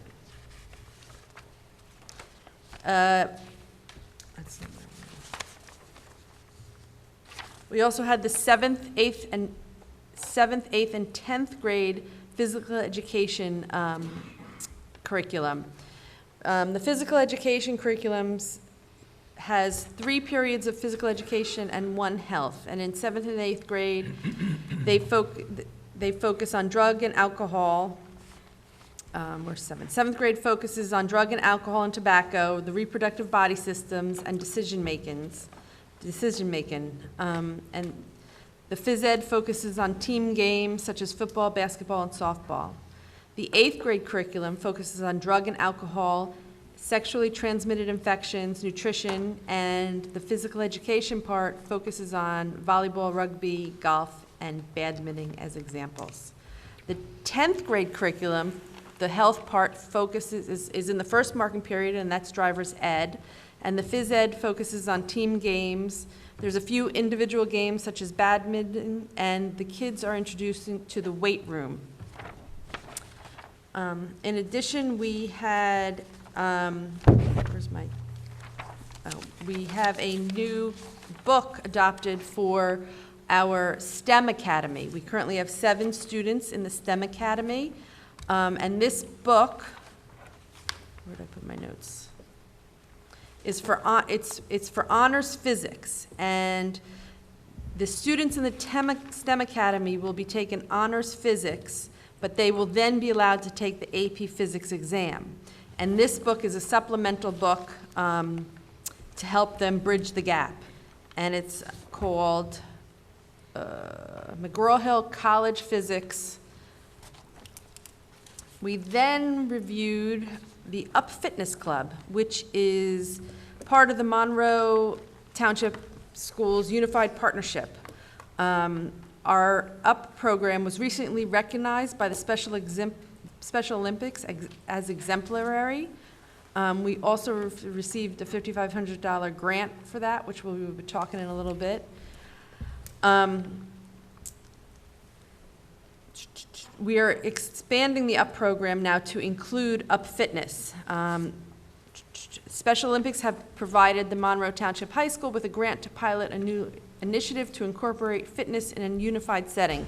With this initiative, we will be providing our students with intellectual disabilities a chance to engage in lifetime fitness activities alongside their typical peers. Specifically on Thursday afternoons, students will be taking part in one of the following activities led by an advisor with that expertise: weight training, yoga, or Zumba.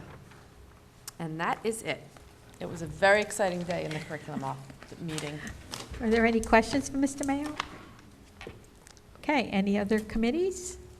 Mr. Chiarella? Yes, thank you. On 9/4, we had a Buildings, Grounds, and Transportation Committee meeting. So we went over 5 things. The first one was the annual IPM review, which is Integrated Pest Management, and the committee decided to move forward with our existing plan. So Integrated Pest Management is a way where we go about managing pests in various ways. So we use a lot of natural remedies and things like that to reduce the need for poisons or chemicals and those kind of things. There are instances where those things are needed. For instance, if we have large beehives or hornets' nests or mice or anything like that. But in those cases, we do send out notifications to parents so that they understand what's going on if we have to treat something. But for the most part, we use a strategy that does not rely on chemicals and those kind of things. So we just went over that plan, and we moved that forward from the committee.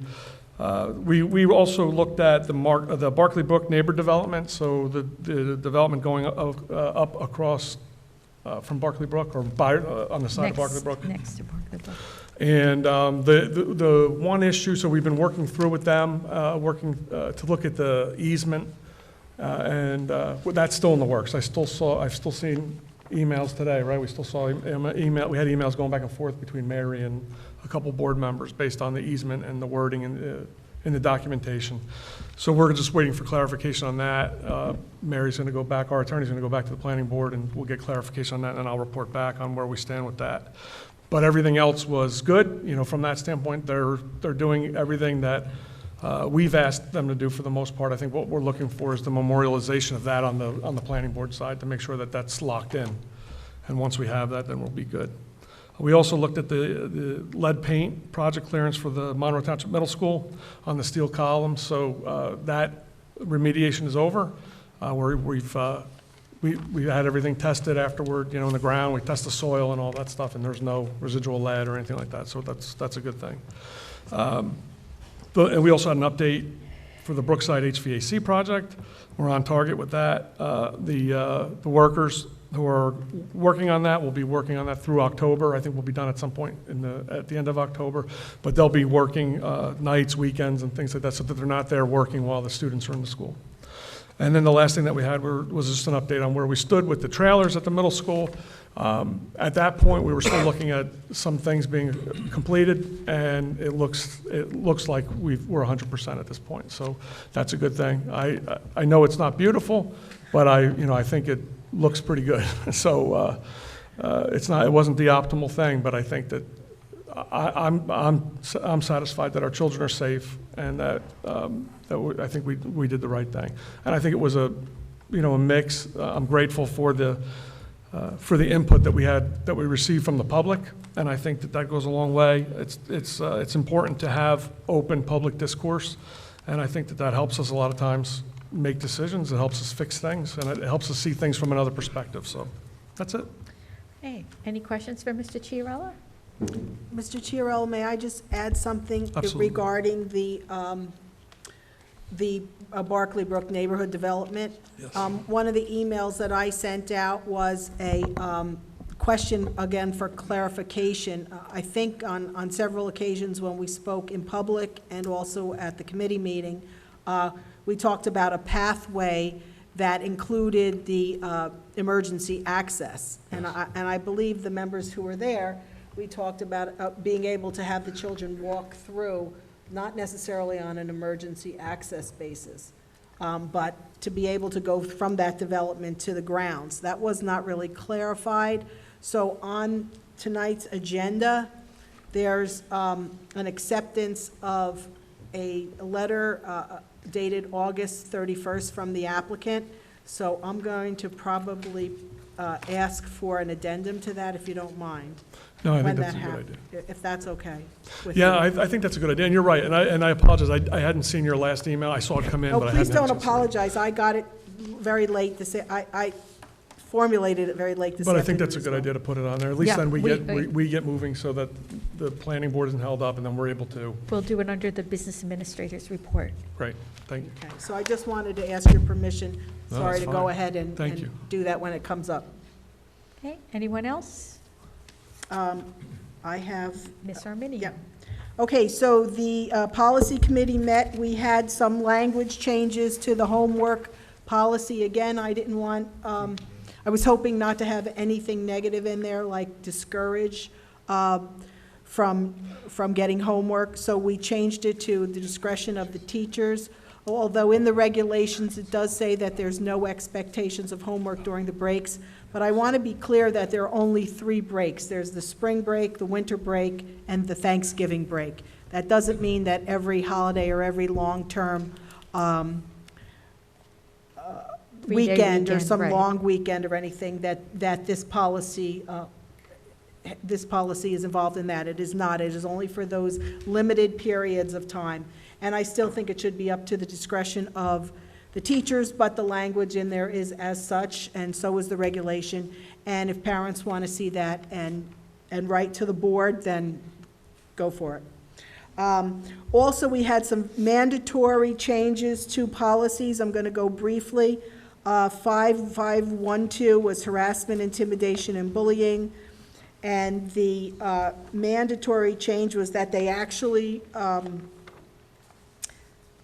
that's not it, they, generally, when we have mandatory changes to those, we really have no choice, and we just put new language in. So I would ask you, if you're interested, it's harassment, intimidation, and bullying, it's revised, and the bullying investigation procedure is abolished, actually. So, again, take a look at that 5512. We are going back and forth with the use of physical restraint and seclusion techniques for students with disabilities. That's a revised mandatory policy, and that's number 5561.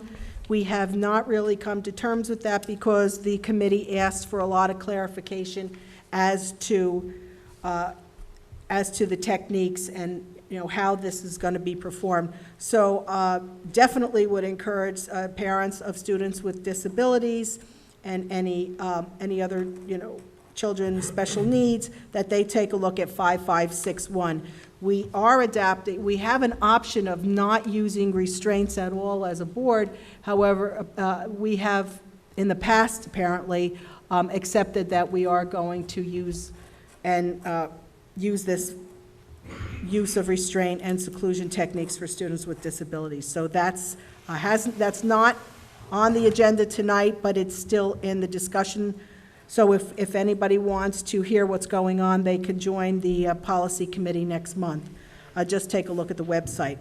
And procurement, the next one, policy 8561, procurement procedures for school nutrition program, that's mandatory revised. All that was removal of language that really didn't affect our use of that policy. So that was 8561. And that's my report. Thank you. Thank you. Anyone else? Finance? Finance. We did not have a finance meeting. I this know month. you didn't. I know. That's good, I guess. Okay. Oh, I'm sorry. About the, there was one I didn't say, I apologize. There was one I didn't mention. That's policy 1613, disclosure and review of applicants' employment history. This is a new policy. I think it's going to serve us well. One of the things is they call it, the law has been referred to, there's a new law in New Jersey, and it's called, the law has been referred to as pass the trash. And it's a consideration of employment, and what it does is it does not allow, or you can be sanctioned. If we get an employee, for instance, if we get an employee and we ask for their employment history, and unfortunately, if they have a history of abuse with children, the school must tell us about that employee. And likewise, if we let an employee go and they apply for a job somewhere else, if we have reason to believe that there's been abusive acts, we are obligated to tell people. So we can't pass on a bad employee anymore, nor can another district pass one on to us. So I think it's a very good policy, it's a new law, and it will serve us well, because we certainly should not be allowing anyone to come into our district that has that kind of history, nor should we keep quiet. And I just received something today. I'm going to be very quick. It was an email from Cooper Levinson, which is not our attorneys, but they are attorneys, and it says, in a cautionary tale for all school districts in New Jersey on August 21st, 2018, a federal court ruled a $600,000 settlement must be paid by that school's district taxpayers and not its insurance carrier because the district failed to notify authorities and agreed not to tell potential future employers about a teacher's resignation stemming from a sex abuse allegation involving students. So it's a very serious law. I'm glad it's on the books, and I'm sure we're going to comply. I hope other districts comply with it. Thank you. Okay. So at this time, we will go to a public forum for the agenda items only. So anyone from the public wishing to speak to the agenda, please come to the microphone, give your name and address for the record, and we will adhere to our 4-minute time limit.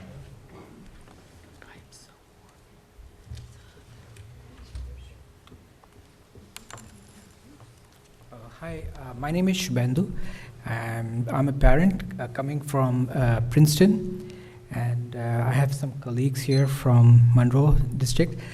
4 years back, I started a company in Princeton called Steamworks Studio, and it is this around... an agenda item? Yes. Okay. So I wanted to kind of get an introduction to the superintendent and assistant superintendent, because we do a lot of programs in many schools across the nation, and they're all highly application oriented for kids, and and we do very large school relationships like Hoboken, Homedale, where we teach every day 400 kids. So these are highly experiential, direct application oriented programs, and I just came here to see if I can make an introduction and pass my card and see if I can get some direct engagement. Sir, if you can give your contact information to Ms. Tagliaferro over here, okay, and I'll reach out to you, okay? Thank you. Okay. Anyone else wishing to speak to the agenda? Joanne Cardone, 11 Gravel Hill, Spotswood Road. It was previously mentioned by a board member about the administrative salaries being a little top-heavy in Monroe. And yet our teachers' salaries... Is this an agenda item? Yes, because Okay. it's referring to a new position that's being... Okay. that was in the budget. And yet our teachers are on the lower end of the scale. What caught my eye was the hiring of 2 new supervisors for next year. And yet, as I go through the budget this month and last month, I saw that there were so many teachers having to teach extra classes. Why aren't we taking the salaries that we would pay these supervisors to hire more teachers? We have language classes in the high school of 35. We have honors math classes with 32 and 31 students. We need that money to go towards teachers.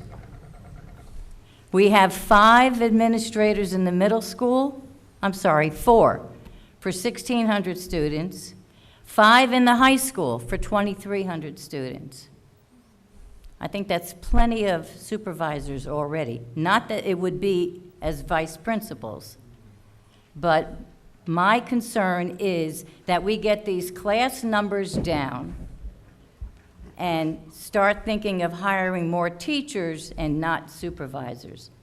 I think our supervisors are doing a fine job. We have 5 departments that have teachers teaching 6 classes, and that's only here in the high school. I have no idea how many of them are doing extra classes in the middle school. But that's my request, that they look into using that money for those supervisory jobs to hire more teachers where we need them. Okay, thank you.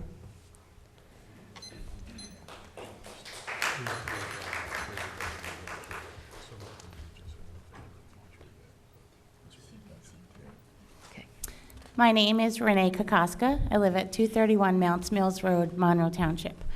I'm speaking, you spoke about the outsourcing of buses. That was on the agenda.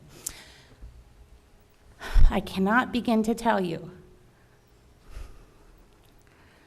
The woman on bus 347, Mercy Transportation, took my son over the railroad tracks, did not stop, did not put on lights. I followed the bus because I had intuition, and I'm glad I did, okay? I called her company, who said it was against the law to do that. She can give me a statute number saying it's against the law, that's fine. With following her on Friday, September 7th, she pulled the bus over on Mounts Mills Road by where the backside of the Greeks' property is. Got off the bus while my son was on the bus. If a car hit the bus, if her brakes malfunctioned, if something happened, I would own this town. I was told today she won't be there anymore. That's not good enough for me. What if it's your kid or your kid or your kid? I don't want to hear, I have children, blah, blah, blah. I don't want to hear that. I'm not talking about your children. I'm talking about mine. He is my life. I will continue to follow the buses, and I will continue to be a squeaky wheel. You're concerned with your space, your contracts, that's not my concern. My taxes are paid, and they're paid on time, and I expect the service that most of Monroe's getting. There's 2 contracted buses. I want a Monroe bus. Today, I was told that was going to happen. I was told on Friday that was going to happen. Today, when the bus pulled up to pick up my son, it was the same woman who blew past the railroad tracks, who pulled over and got off the bus, who abandoned my son on the bus. That's not acceptable. You can look that up, it's the law. You cannot abandon a child on a bus. If she was afraid that I was following her, why did she wait till my son was the last kid on the bus to get off and then confront me? No, that's not acceptable. It's not. Thank you. Mr. Gorski, would you like to reply to that? Nice to meet you, Mrs. Kokoska, after speaking with you today. As I've reported to the board, we have had some very serious safety concerns with one of our contractors, Mercy Bus. I have not only videos from Mrs. Kokoska, but other parents as well, showing serious safety violations from Mercy Bus employees. What have we done to address that? Number one, we have contacted Mercy Bus and had telephone conversations with them about 6 times. I've demanded audience with the president of Mercy Bus, who has come to my office 3 times. I've contacted Mr. Pat Moran from the Ed Services Commission, who these routes are bid through, 2 times, and emailed him 4 videos of these very egregious safety violations. I have also contacted the Monroe Township Police Department 2 times to report 2 sets of videos. I contacted them today after speaking with Mrs. Kokoska and reviewing additional videos that I did not have last week. Mercy Bus has taken 2 drivers off of Monroe's routes and replaced them with what I was told was their best driver. Their best driver was the one that Mrs. Kokoska was unfortunately referring to in her report, which is accurate. I am pleased to say that the Board of Education, through my work with the Transportation Director, has pulled back Mercy Route number 5 and will be performing that bus in-house with an in-house spare bus. Spare buses, as I've reported to the board, are needed. These are older buses that we keep on lot. In case a bus breaks down, you have to immediately dispatch a bus to get the kids off the broken one and get them on the new one. This happens, unfortunately, occasionally. The problem we're facing here district-wide is we don't have the ability to expand the bus fleet beyond our current capabilities, and we are we're feeling the effects of the extreme bus driver shortage that's going through the state. I have this much sympathy for Mercy Bus in that regard too, because they are having, as all the contractors are, difficulty in hiring. They're trying to keep their business going by hiring perhaps staff that they wouldn't have hired in previous years. And we're noticing more problems now than ever before.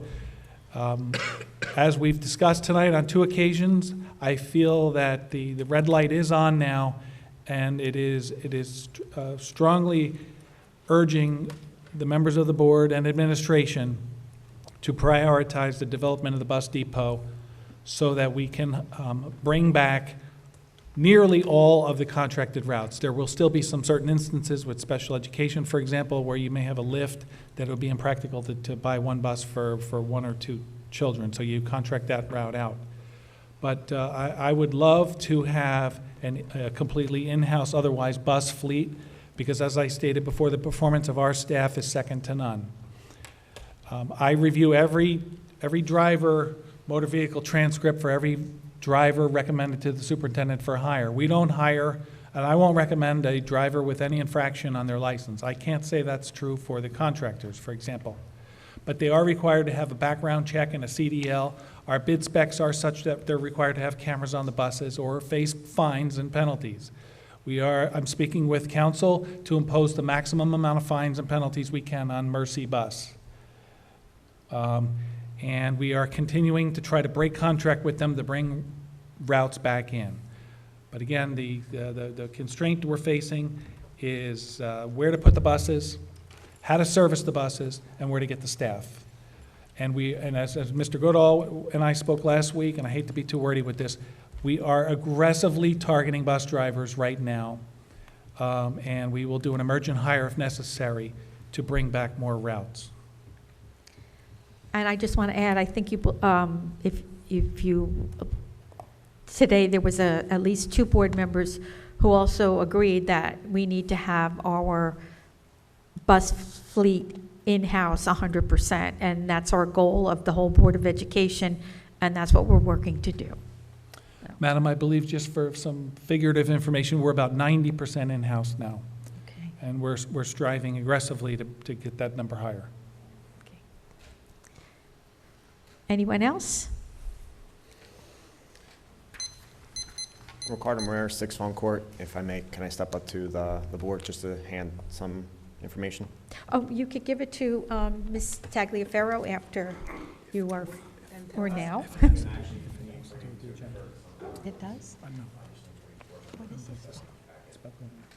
Let them distribute it. I have to, because you told her that it was okay. Yeah, just hand them out, please.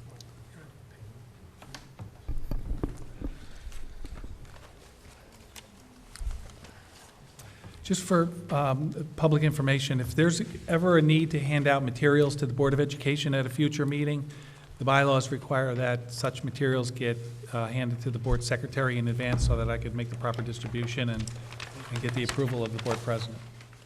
Okay.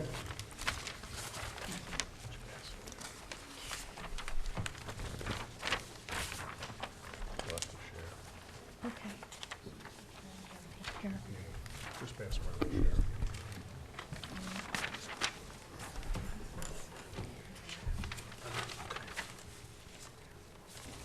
Okay. Once again, my name is Ricardo Moreira, and I'm a resident at the States of Monroe. On behalf of all the residents at the States of Monroe, I'm hereby to notify the board an issue that has been created by a newly hired transportation coordinator, Kathleen McDonald. The issue is regarding the school bus stop location that was changed from the inside development to the corner of Forest Gate Drive and Oak Hill Drive for the school year of 2018-2019. In 1994, my wife's family moved into the first house built in the States of Monroe, and the first assigned bus stop for the 94-95 school year was at the intersection of Forest Gate Drive and Oak Hill Drive, having the children cross Forest Gate Drive to enter the bus. After almost being struck by a vehicle, the transportation coordinator was notified and changed the bus location to door side of Forest Gate Drive and Oak Hill Drive. Unfortunately, this did not solve the problem. The buses were almost rear-ended daily by vehicles turning onto Forest Gate Drive from Half Acre Road. Also, due to the bus stopping in close proximity of the intersection of Forest Gate Drive and Half Acre Road, the traffic would back up when the light turned red for Forest Gate Drive. The vehicles from Half Acre Road would not be able to cross the intersection. Please see page 7 of an example of that. Once again, the transportation coordinator, business administrator, and superintendent of schools were notified, and advised to observe the safety and traffic concerns. After one day of those administrators observing such issues, the bus stop was determined to be unsafe and was relocated into the development at the intersection of Oak Hill Drive and Fawn Court. The bus stop has been at that location for 24 years with no incidents pertaining to the geometric design of the roads and cul-de-sacs on the Estates of Monroe development. Initially, the bus drivers would make a K-turn, but found it easier to turn around at the cul-de-sac. Now, after your newly hired transportation coordinator, Kathleen McDonald, has taken over, she has decided to change the bus stop location back to the location of Forest Gate Drive and Oak Hill Drive with no factual basis to support her decision. Let me repeat. That location was deemed an unsafe bus location 24 years ago, and traffic has only since increased since that time. Mr. Goodall, Mr. Gorski, and Mrs. McDonald were notified regarding the safety and traffic concerns of this bus location by several parents of the development. Mr. Gorski stated that he was advised by Mrs. McDonald that the cul-de-sacs at the Estates of Monroe were unsafe and that a 54-passenger school bus was unable to safely turn around. Mr. Gorski also stated that 90% of the cul-de-sacs in the township do not accommodate a school bus to safely turn around. I asked Mr. Gorski for any facts to support his statements, but unfortunately he was unable to. Mrs. McDonald was then contacted, and she stated that she personally went out to the Estates of Monroe and determined that the cul-de-sacs were unsafe.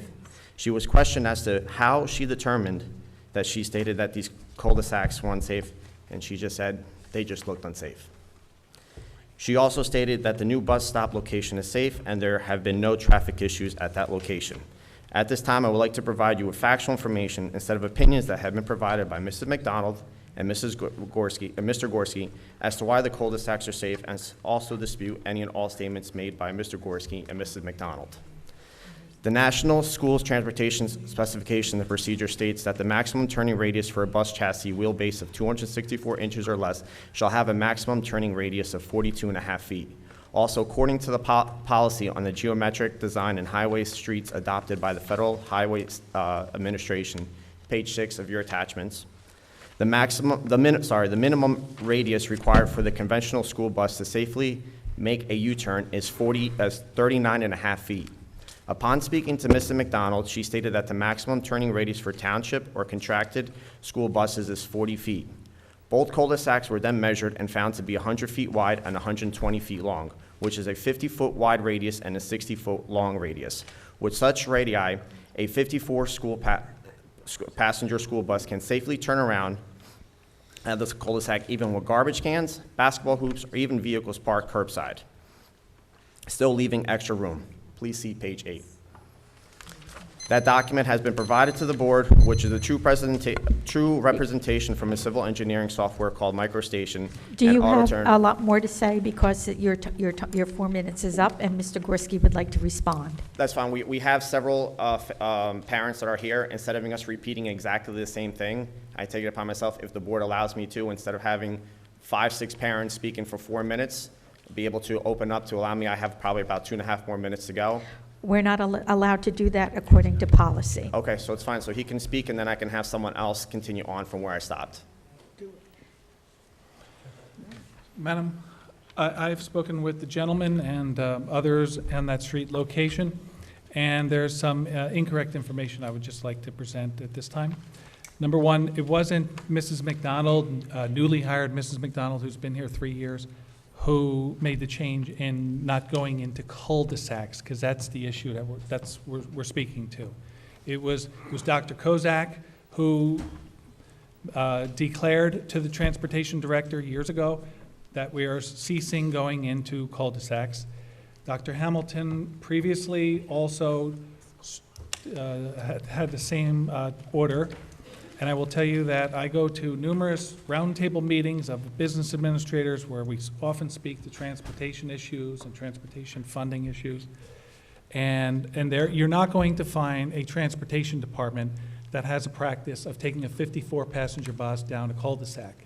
That is unsafe for the following reasons. Cul-de-sacs, in order to turn around a 54-passenger bus, and you could talk about turning radiuses all you want, and I mean that respectfully, but in dealing with this issue for 20 years now, I will tell you that when you're dealing with basketball nets put in the street, parked cars, garbage cans, leaf piles, and especially when it's winter and you have snow piles and drifts in the street, You cannot safely get a 54-passenger bus down the street and have a circular turning radius with the bus to pull out.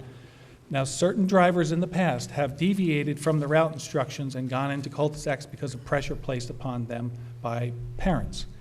And that's a very dangerous practice that the district is unaware of. Mrs. McDonald has uniformly addressed her staff not to go into cul-de-sacs, with the exception of those that she has physically gone to and measured and has validated the safety of the larger, what I estimated to be 10% of those cul-de-sacs in town that would allow for a bus to go through and make a circular turning radius without doing a very dangerous K-turn where a bus driver is illegally backing up the bus, which could lead to a child getting trampled under the back wheels and If I could just stop you right there for a minute. What's tragedy. the measurement? Excuse I me, have the Mr. floor. Gorski has the floor. Okay. So further, to help improve the situation, Mrs. McDonald has gone to zoning board meetings on her time and has addressed this meeting with township officials so that any planning considerations for future cul-de-sacs take this into consideration, and they're designed to be bigger turning radius so that the bus can perform. Certain instances, we can split a 54-passenger route into a couple vans and we can go into cul-de-sacs, but in your case, we could not. Kathy McDonald did go out to your particular street more than once and has made a determination to me that it is unsafe, it is not wide enough for the bus to get through, and I have 100% confidence in her assessment. So I stand with Mrs. McDonald, and I will not, in order to gain the favor of some parents, send a bus down and do a K-turn, or worse, have a staff member have to come out and back the bus up, back out the street, which is an extremely unsafe maneuver. I agree with you that that street is very busy. I have offered to contact the township police, who could put out patrols there. You declined. I've asked our security director to consider going out to the stop to see if we could monitor this a little more closely, and that's where we stand. In my opinion of Kathy McDonald, this is an unsafe cul-de-sac that we cannot turn a 54-passenger bus around in. Am I able to No, comment because on? your 4 minutes are up. Okay, so we're going to have another person Okay. to just continue on with the conversation and be able to respond to any of the comments. Is that Okay. okay? Okay. Hi, my name is John Pham, and I also a resident of the state of Monroe. And I just wanted to refer to the last page in the exhibit that you have on the handout. Basically, we use a civil engineering software called MicroStation and AutoTurn to modulate the school bus making the turn, assuming the worst case scenario. As you see, cars parked parallel to the curb around the cul-de-sac. The two green lines that you see are the paths of the bus, front and back overhang.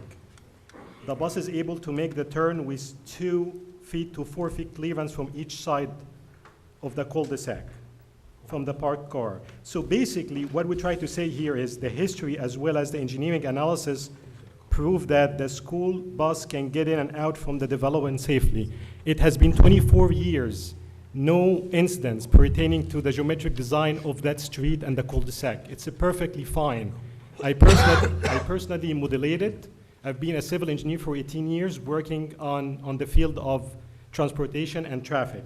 One more thing I wanted to refer is basically all the parents here are very anxious and worry about the safety of our kids waiting for the school bus at this location for the following reason: a high speed. It's posted 40 mile per hour speed limits. Close proximity to the very busy intersection of the Fourth Gate and Half-Acre Road, especially during the peak hour. No shoulder provided. The kids are very close to the live traffic. Accident history on the proximity of this location. Please refer to the page 1, showing the motor vehicle accidents occurred on half a mile before and after this intersection. We have 164 total accidents in the past 15 years, with an average of 10 to 11 accidents every year. 29 of them are fixed object accidents, and that's really our concern here. Please refer to page 2, 3, and 4. Those are just an example, just a sample of the fixed object accidents, not all of them. On those examples, the vehicle would typically leave the roadway, drive up into the curb, continue on the grass or the sidewalk. striking a utility pole, fire hydrant, or regulatory sign. This is an actual accident that happened in the past. God forbid, we don't want our kids or us to be this fixed object. Page 1 shows a 72 same direction rear end accidents, almost 45% of the total accident on the past 15 years, which support the statement that Mr. Morero stated earlier, that 24 years ago, when the administrator observed that such an issue, the bus stop was determined to be unsafe and was relocated into the development. Another safety concern or another safety aspect for the residents who have their kids, that their kids can basically get in and out, get on and off the bus by themselves. They are concerned about having their kids standing by themselves on such a busy road, which will make them vulnerable and easy target to what they call it crime of opportunity. There is no doubt that exposing our kids to a highly traveled roadway will put them at risk for any offenders who is looking for a target with a little effort. Basically, we have about 13,000 cars passing every day in this road. This is a very busy road. According to the straight line diagram issued by New Jersey Department of Transportation, back in 2014, they surveyed 14,000 as an average annual daily traffic. This is a very, very busy road. All what we ask for is, we wanted the bus to get inside. We have proved this using the engineering method, and also the history tells us there is not even one single instance that prove on the past that this place is inadequate. So, thank you. Lastly, the residents at the state of Monroe are very worried and concerned about the safety of their children. If we have a safer alternative for the kids to be picked up and dropped off, why not use it? We are all respectively requesting for these boards to relocate this bus stop back to the area of Oak Hill and Found as soon as possible. Sorry. Thank you. Michael Weiss, I live in Monroe Estates. Since 2005, I've been watching this bus very easily to pick up my children, drive right down the street and turn around. There's no basketball poles, there's no kids lying down in the street. Imagine your children waiting at Forest Gate Drive, people rushing to the New Jersey Turnpike every single morning, looking at their cell phones, drinking their coffee. We've had so many poles hit over there, so many accidents. You imagine your children standing on that street waiting for a bus. For 26 years, I was an assistant prosecutor at the Middlesex County Prosecutor's Office. And 2 weeks after I started in 1990, a coworker of mine, he's now the first assistant prosecutor, Christopher Kuberite. You talk about his 2-year-old was run over by a school bus. So, sir, don't tell me that it's a dangerous thing for a bus to go down a cul-de-sac where there's no cars and no traffic to turn around so our kids are safe. I saw what that little girl looked like, 2-year-old, sitting there with her Barney pajamas on and her Barney next to me. Nobody in my neighborhood is going to put up with that because you guys can't just do one thing. When I did trials, I always said to the jury in my closing argument, ladies and gentlemen, don't throw out your common sense. When you look at this, and that's all we're asking you to do, use your common sense and think about, would you rather have your children on Forest Gate Drive? You've all been on it, you've all gone to the turnpike, or should the children be back a block so the bus could go down the street where it's for 24 years have been very easily turning around? And you have some administrator that went out there and looked at the street and said a bus can't turn around, but it's been doing it for 24 years? If that makes common sense to you, then keep this up.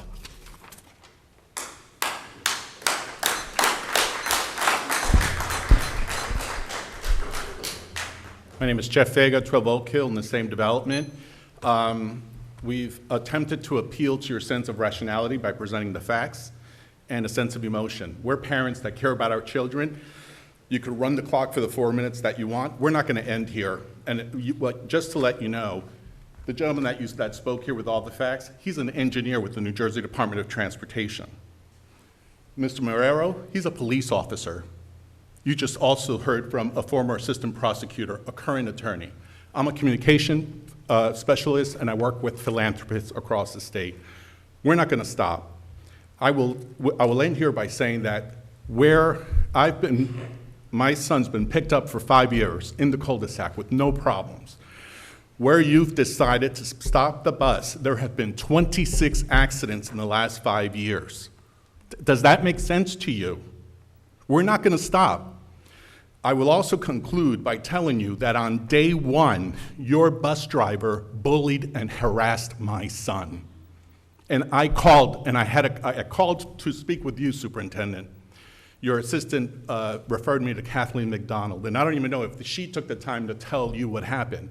On day one, we did motion to tell the bus driver to come into the cul-de-sac, and she came in. At the end of the day, when all the kids got on the bus, she walked to the end of the bus, yelled at my son, and said, "Because of your father, I almost lost my job today." And all of those kids were shocked. These kids were shocked. And as soon as they got off the bus, they're telling us, the parents, what happened. It is clear from what we've heard here today, you guys don't have a handle on the transportation issues that are going on. We care about our children. All we're asking is for that bus to turn into the cul-de-sac so we could protect our children. We are not going to stop. You could run the 4 minutes on each one of us. We're not going to go quiet. Thank you.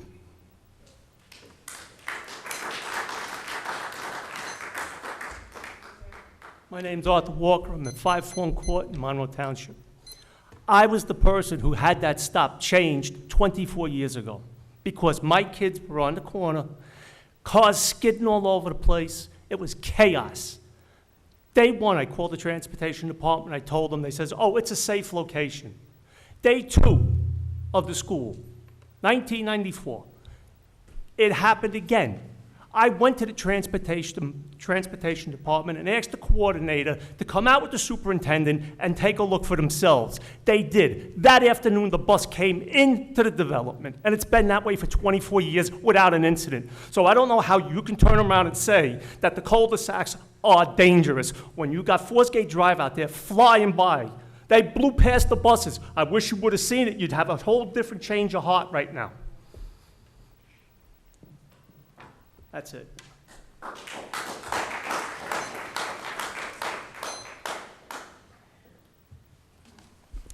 Andy Pelori, 16 St. James Street.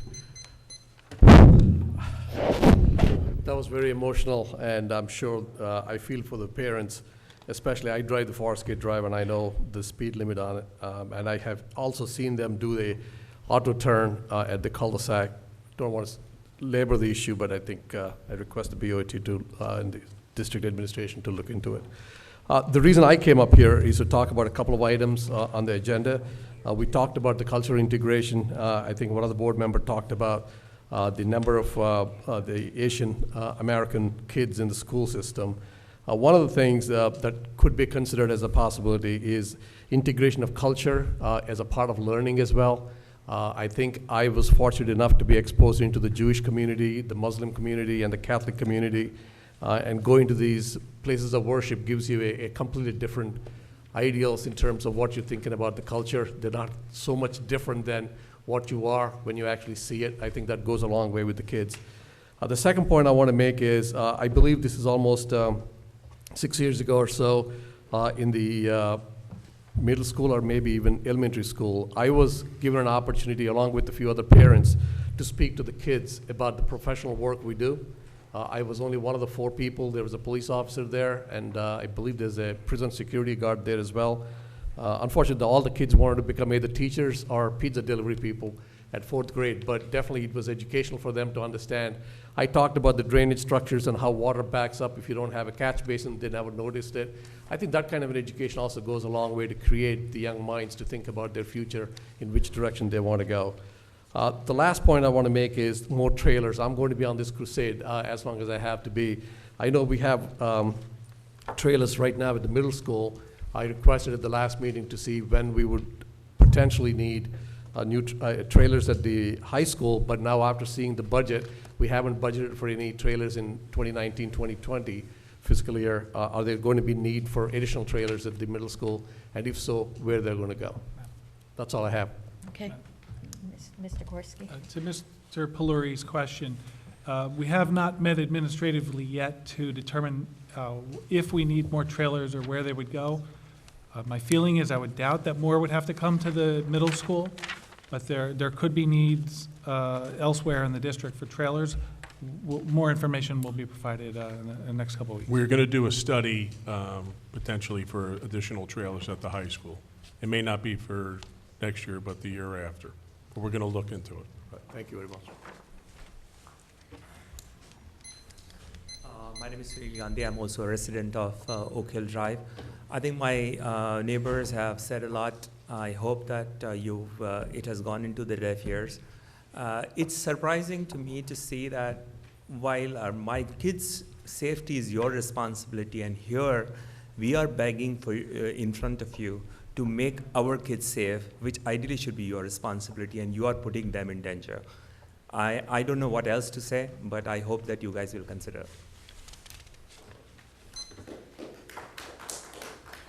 Prakash Purab, 33 Dana Drive. I drive every day on Half-Acre Road and the street you're talking about. It is highly trafficked. Dr. Parab? Yes. Could you speak here to Yes, the I microphone? speak to the entire world. I can rotate. No, There is no law said that I cannot rotate. I can speak to you all, address you all the way I want, not shouting at you all in a candid way. The gentleman's which you have spoken is exactly correct, and I support them. So coming back to I was very happy to see the performance of the AP, students scoring 4 and 5. That is very positive. What I request is also budget and include into the goals to strengthen our STEM program, arts and business, and have some measurable. You can measure the improvements. So I request that so that we leap forward in these programs. The ACT scores, I was not happy. 576 out of 800 in math, 539 in English, writing and reading, whatever it is, 539 out of 800. I think ACT is very important, so we have to improve on that, and how you all can do that, you all are the best judges. So please make sure that resources are provided. The total score looks like around 1,100 out of 1,800, does not look good. We are not looking at the average versus the state. What is the standard deviation? What is the range? The data has to be presented into range and standard deviation, not just the average. So I request you all to look at ACT scores and ACE also. Another one thing I would like to talk about is the trailers. As Building and Committee Ken Cherola talked about, the orientation of the parents for the students who are in the trailers was postponed because of some issues, very hot weather, and air conditioners were not working. So I request Mr. Goodall to make sure that that orientation takes place as soon as possible. And also, lastly, this is the question I would like to hear from you. We have to budget for the robotic lab. We have converted the science club into robotics. So please, stepwise, consider budgeting. We cannot even, budget all the money in the same year. Can be done in stepwise, and if necessarily, we can get grants from the sponsors, but I don't want to take time on that. So can you please take into considering the robotic labs? So that's my question, in stepwise. For the budget philosophy? High school, for the high school. Well, We have a robotics classroom. Okay. You're talking about the competition? No, The increase in the robotics competition as we discussed previously. Okay. And I don't know robotic class or robotic lab, it will be very expensive, so look at the cost and we can help what we can do on that. We did invest sizable money when we opened up the high school, but certainly we will look at maintaining, the feasibility of maintaining it and improving it. Okay, thank you very much.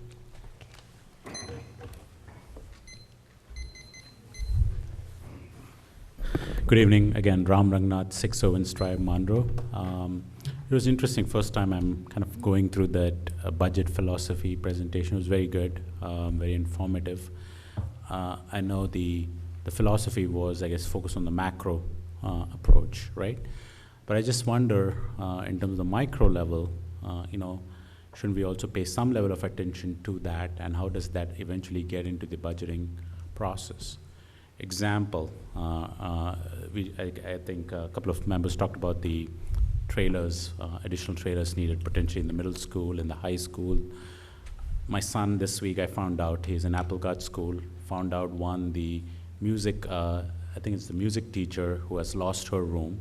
So she's carrying a dolly around to teach music. I think arts is as important as STEM.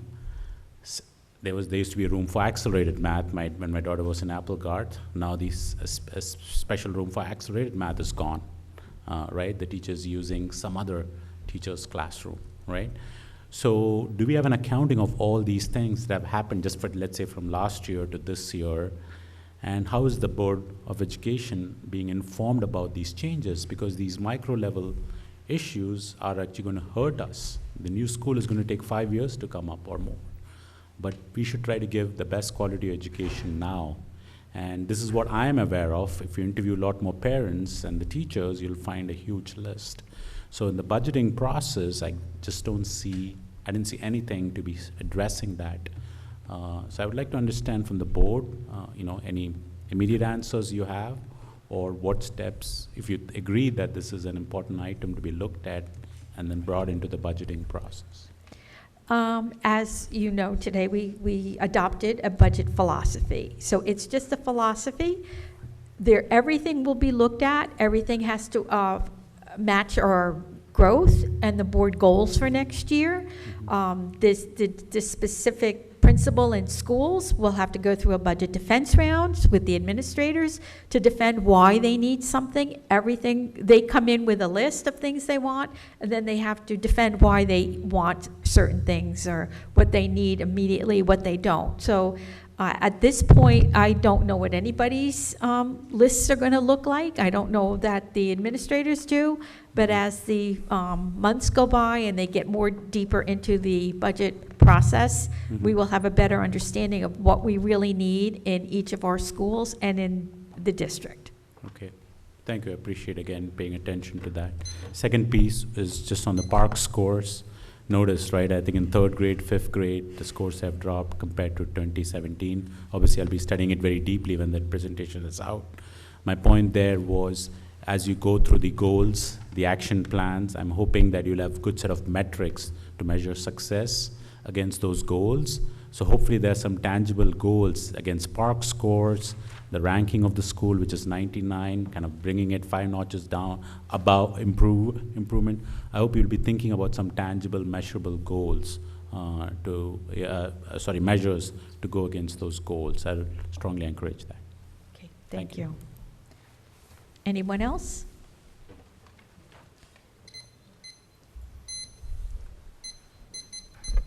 Good evening, Betty Saporito, 2 Barrymore Drive. I have 2 questions with regard to the busing. So the first one is, last year at the beginning of the school year, when the special education students were sent to the back of the building, I had a big to-do about that because you cannot separate children because they're special needs. And we had a little bit of a conversation, and Mr. Gorski and I exchanged some emails about how general education students were placed on those buses because of the cul-de-sac. So it actually wasn't separating the special ed students. And that there were, and I believe I have the email, about 70% of the population on the smaller buses, again, because of the cul-de-sacs, were general education. So are we now no longer picking up general education students in cul-de-sacs on the smaller buses? So we're back to separating those special needs kids to the back of that building? Is that what the case is? Do you have any idea? I don't know. I had a little difficulty following you, but I will say that we have not deviated from the practice of integrating general ed and special ed students on the vans. Okay. Vans no longer, and they haven't for a long time, had the stigma of special ed, not in this district. Okay, so we do still pick up students. We do still pick up gen ed students in cul-de-sacs, correct? We do pick up in certain instances, probably general ed kids in cul-de-sacs on vans if vans go into cul-de-sacs. And Okay. I don't know if that's true or not true. I'd have to look at the specific route that you're thinking about, but. In general, I want to make sure our children are being integrated. The children absolutely are integrated. We do not deliver special ed students to the back of the school. We didn't last year, we still don't. And if a van goes into a cul-de-sac, we will fulfill every opportunity to pick up all students in that cul-de-sac, not just special ed. To clarify, you do not put the small buses at Mill Lake to the back of the school entrance? We do not segregate the delivery of special ed students. I'm not saying that you segregate the delivery. You do not send those small buses that contain mostly special ed students to the back of Mill Lake? I believe you do. Those buses, I don't want to get into an argument with you, but those No, I'm buses not are. arguing, it's just a Those question. buses are not, those buses are integrated, and they are delivering students to the back of the school. Okay. But integrated means there are gen ed and special ed students on the vans. Okay, so I'll follow up with an email because I'd like to know the percentage of general ed and special ed. I actually wasn't coming here to speak about that, but I didn't know about the cul-de-sacs. I have a question, and I understand that coordinating transportation in our population has to be a nightmare. I understand that. But right now, a lot of the buses, including the one my children are on, end somewhere in a development near 33, around 3:10, maybe a little later. Mill Lake ends the school day at 3:19. So clearly, you can't get from there to Mill Lake at a safe speed on time. Is that something that we've contemplated? Is it just because it's the beginning of the school year? Anybody? Madam? I asked Mrs. Saporito to take that specific question and contact the transportation director, who could answer that with information to give you an informed decision. Okay, fair.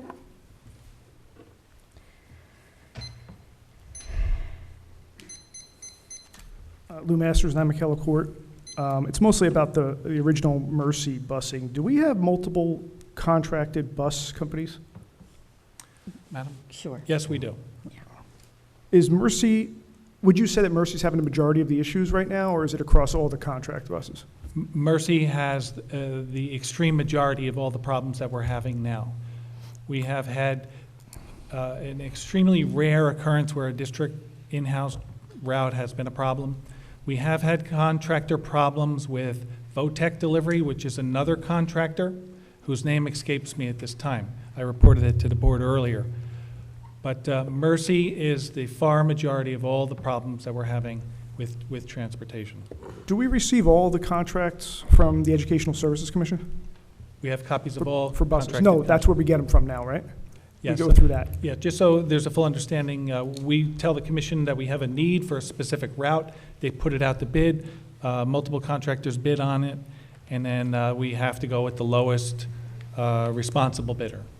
That's what I didn't want you to say. Okay. And by the way, Mr. Masters, forgive me for taking up your time, but the process of breaking contract with a contracted bus company, no matter how horrific pretty much the performance is not something that the business administrator has the authority to do, because it becomes a legal process and the attorneys battle it out. And generally, there's a lot of remedies that have to get put in place first for the contractors to make improvement.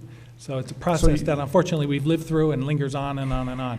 And that's another reason for the need for in-house buses. Yeah, you took my question. I was going to ask if we could terminate the contract for cause, but I guess you're saying that would be a nightmare to do and have the other bus contracts It's absorb an extremely cumbersome legal process. The legal process will look at remedies to be put in place first. And then if you can prove that those remedies weren't properly performed by the contractor, you can break route. And then you're going to go with the second lowest bidder, who's going to have to familiarize themselves with the route rather quickly. And that's going to take at least a month to go through the bidding process. It's a nightmare. Yeah, it's provided by the Educational Services Commission. Why don't they do that for us? Because everyone would have to go out to bid. All right. About what was said before about in the budget philosophy about teachers, there was or about wages versus private. There was a study done last year. It is only about teachers, not administrators. I could send you it by the Economic Policy Institute. And what they found was when they compared teachers against counterparts in the private sector, across the board. Now, this was done in 2017. Public school teachers were paid 8.8% less in wages and 12.5% less in overall compensation. Now, that was 2017. In 2018, I believe that Chapter 78 clause, the last piece of that kicked in, so that'll definitely go down even further. Again, just to say, I don't know about the administrators, they didn't do a study on them, but when it comes to teachers, they did a pretty lengthy study. I could send it to you, and it says they are very underpaid in the state of New Jersey. The last part is the park. Everybody knows I'm against park. I think it's terrible. Now, I think Maryland just pulled out today, right? Or they're going to go with a hybrid. They're coming up with their own assessment. I think that leaves 6, and including the Department of Defense. And I know didn't the governor just decrease the impact to 5% today? That wasn't this week? 5%? 5% of the teacher evaluation. Of the teacher evaluation, that and 10%? was done the first week of September. That went into effect this year. And he can't go to 0 because it's a legal issue. You have to vote on it at the legislature to get rid of park, because you have to have an assessment. That might happen, right? I know it was said over here, somebody said, are we going to be prepared for that? Are we going to have another assessment, or are we going to have to scramble and try to figure out what to do? Not up to the board, it's up to the state. Okay, thank you. I'm sorry, but our policy. Mr. Gorski, did you just say that the cumbersome activity is worth more than my child? I'm sorry. Did you just say that? I beg your pardon? It's a cumbersome thing to get rid of a bus company? That's more important than my child? Is that what you just said? That would be a legal issue. It's a legal, but it's cumbersome, right? I didn't say it was cumbersome. You did. I said it's a lengthy It's a legal cumbersome process. Is that worth more than a child's life? I beg your pardon. it's a legal issue, so. Madam, point of order, please. I really feel it's inappropriate that our security guard is approaching someone. I think it's up to you and taking her. I was trying, Miss Arminio. Well, so I mean, please. She didn't, I'm sorry, but. What? He said it's a cumbersome process. Excuse me, but the policy states you come to a public forum once during each public forum. I didn't use my 4 minutes. And I'm sorry, I didn't know your policy. I didn't have the full 4 minutes. I walked away. He cannot do that. I mean, that's. Miss Arminio. Well, I'm sorry, I've never been here before. I don't know. And I'm telling you what our policy states. Okay, duly noted. Okay. All due respect, duly noted. Okay, thank you.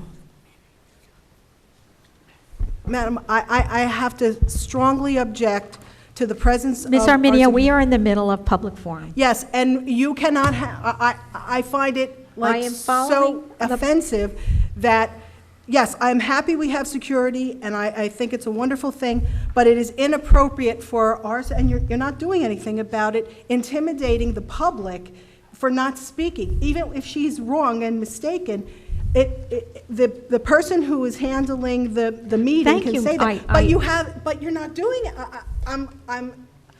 I'm flabbergasted. It seems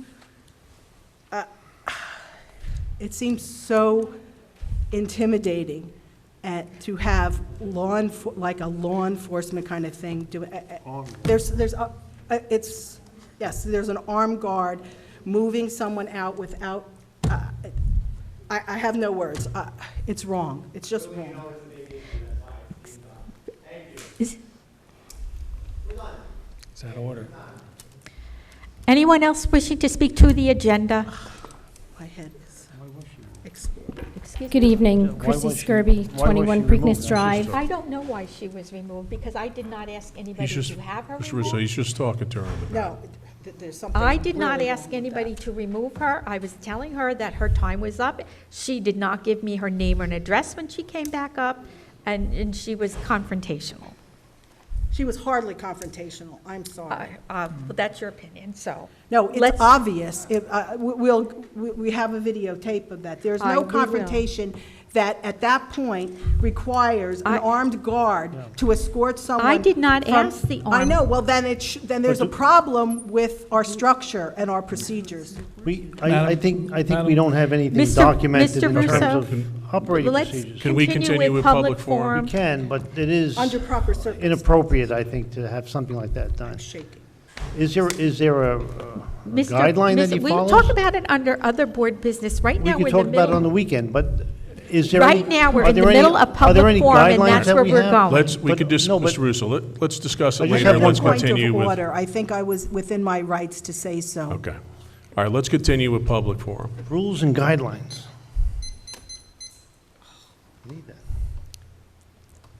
Good evening. Chrissy Skirby, 21 Preakness Drive. I'm speaking in regards to the pending litigation on Dr. Kozak. I had stood here many times at many board meetings, and I had given my support and asked the board to reconsider and have Dr. Kozak continue here. For that, I feel that members of this district have retaliated against me. I saw that last month when I came to this meeting, and Mr. Ryback held up a packet that was a hate packet that was against me. I know that Dr. Goodall was tasked with doing an investigation. I've not heard anything about that, but I did my own investigation. I found out that the Mill Lake Woodland PTO president opened police reports about me. However, the 2018 police reports that were filed against me and a school administrator were not part of that Oprah. I would like to know how, if anyone on this board knows how those were received and entered into that packet that was delivered to all the board members. I watched the last board meeting over and over again, and I realized that, Madam President, you said that the packet was dropped off mysteriously while you met with the board attorney, Mr. Gorski and Mr. Goodall. Yet, Mr. Chiarella read a note that evening that was inside the packet that said it was mailed to the board office. You also said that you added 2 emails that you received. Those emails were from the PTO treasurer. Yet the new middle school PTO president said on Facebook that the letter she wrote was an email to you, Mr. Goodall, and Mr. Chiarella. To me, it looks like you, Madam President, put this packet together along with the PTO president from Mill Lake Woodland and the former middle school PTO president. I would like to know if there's any report tonight from Dr. Goodall's investigation in this matter. Dr. Goodall did his investigation and sent it as a confidential document to the Board of Education. Excuse me, we have a member of the public here addressing us, and there's sidebars going on. I apologize. If we could pay attention, that would be nice. I'm sorry, Ms. That's okay. That's confidential. The investigation's confidential, yet you decided to deliver hate mail to all the board members against me, and that wasn't confidential? It's not confidential that anybody can go and open this hate package that you delivered, yet the findings are confidential? Why? Because you're trying to protect members that did this? That's disgusting, and this board should ask for your resignation.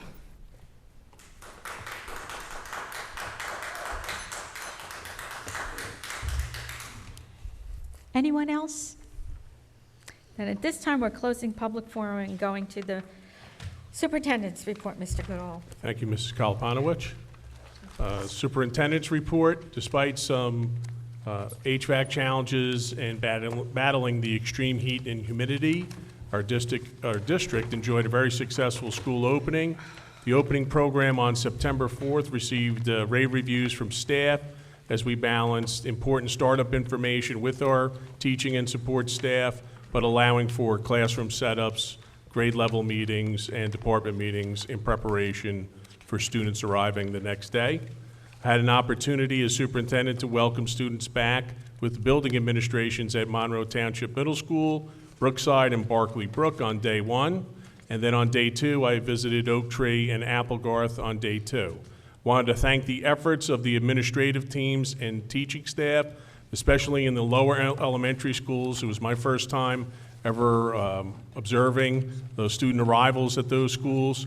And I just want to thank them for their efforts in organizing and receiving all of the students and making sure that each child made it to their classrooms. It's quite a task the first day, especially with some of our lower elementary students. And I just want to thank the staff and the administrative teams for the job well done.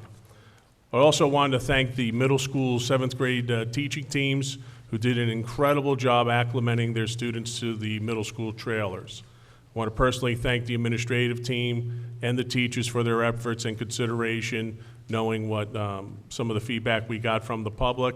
I saw a number of the teaching staff giving personal tours while they were prepping, and just to relieve the anxiety of some of the parents and students, so they just did a wonderful job. As previously reported, Monroe Township High School was recently ranked 99th in New Jersey Monthly Magazine as a top high school in New Jersey.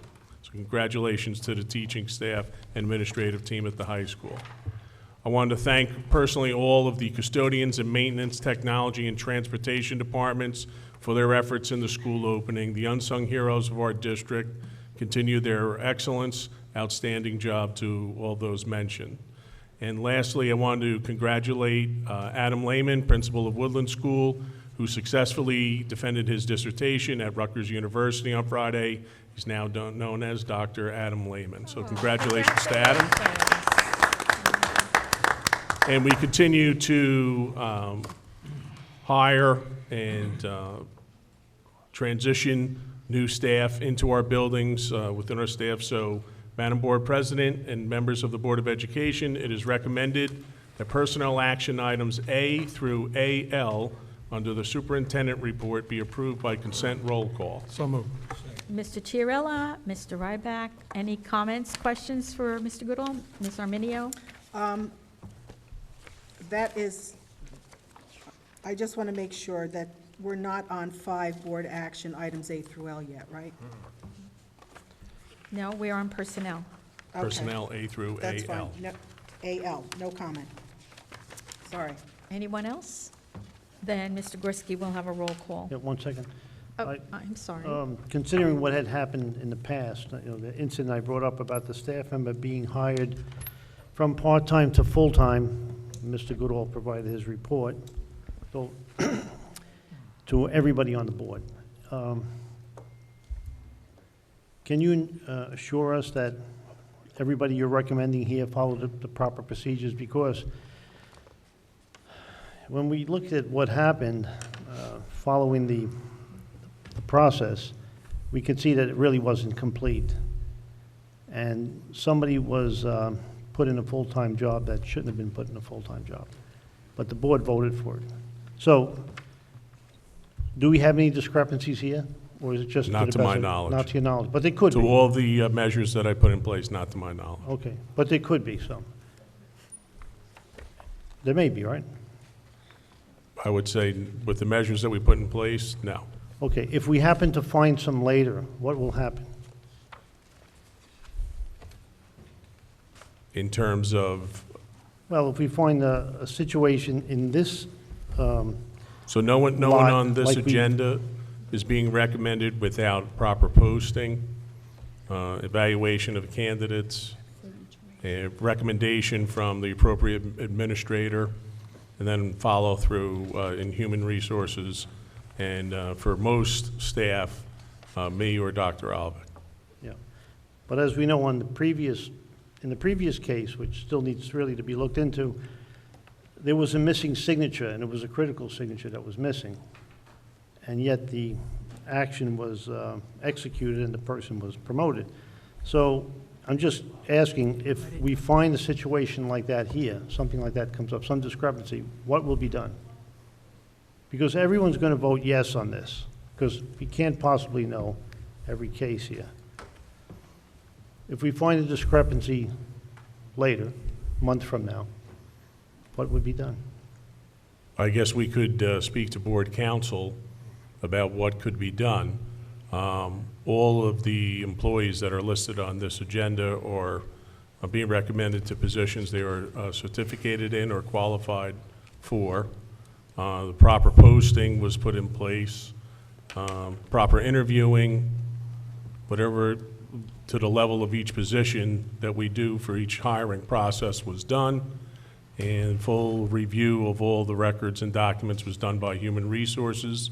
Some of the things we put in place this summer, and this is the recommendation that you approve items A through AL. I understand, but I'm just asking, if we find a discrepancy, we have to go to the board attorney. I guess it would be determined what discrepancy it would be. Okay. If we underpaid someone or No, I know- overpaid someone.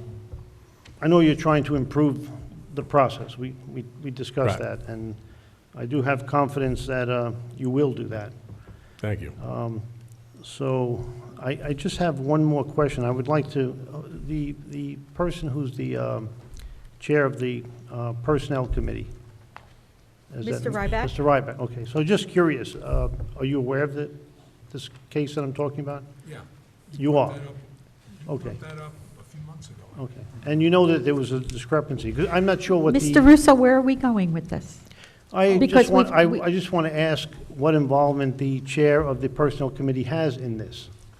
Board members approve the recommendations of the superintendent, I understand that. and that's the job of. I understand that. And we did that the last time, and there was a discrepancy. We have no way of rolling it back. So I'm just curious as to what role the chair of the Personnel Committee plays in the process of the hiring, if any. I don't know. We I don't know. I'm we just don't saying. play a role in the process of the hiring. Well, you have a chair of the Personnel Committee. Right. So what they would bring to us is something that is not. Can the chair answer that? Mr. Ryback. I could certainly answer, thank you. Number one, Dr. Kosak at the time, superintendent, and he said he would be looking into this. He did not discuss with me any of his findings. And as chair, I'm not, of the committee, I'm not privy to any of his findings until he's ready to speak to the board in general. So I would not be involved in any of those things, but that's something that he said he would be looking into. Okay, because what I worry about is... And I know you spoke with him multiple times. I did, and what I worry about is the process and how there are these gaps in the process. So I went to see Mr. Goodall, and I did notice a significant gap in the process. Actually, it was very surprising. And it resulted in somebody getting hired in a way that they shouldn't have been hired to a full-time job. So I was just wondering if you, as chair of that committee, looked to make improvements in the process or looked at how the process is... Well, it's not up to me to look to make improvements. That's an administrative function, which the superintendent would do. I would be wrong in But you being can make involved suggestions. in making suggestions to improve the process. Okay, you wouldn't make suggestions, okay. I would like to address that. We've had speculation about this issue, but I think it's a greater issue. If there's a problem in the hiring process, yes, we can't micromanage employees hiring employees. However, we're supposed to trust administrations and administrators and the committees and however that process is supposed to go to be done properly. If there's a gap in the hiring process and this happens, I think it is incumbent upon the board to make sure that the administration is doing their due diligence to do the right thing, because that would be, I think it is in our purview to make sure that the proper hiring process, and I would like to put this out because I'd like to address this in the future, that we have to maybe review and have a explanation of how the hiring practice actually occurs. I've heard over the years several different ways. The hiring process has to be pure and it has to be done right, or else we have no reason to take recommendations, because our job is to take the recommendations at the end. But if the beginning and the process is flawed, and if there is a significant gap, then it is our job to protect employees and hire properly, because the board, the administration recommends it, but it's our responsibility to hire people. So we have to hire the right people. It's the entire board's responsibility, as you said, to look out for that. I know that Mr. Russo spoke with Dr. Kosak a few times. He mentioned it at an open board meeting.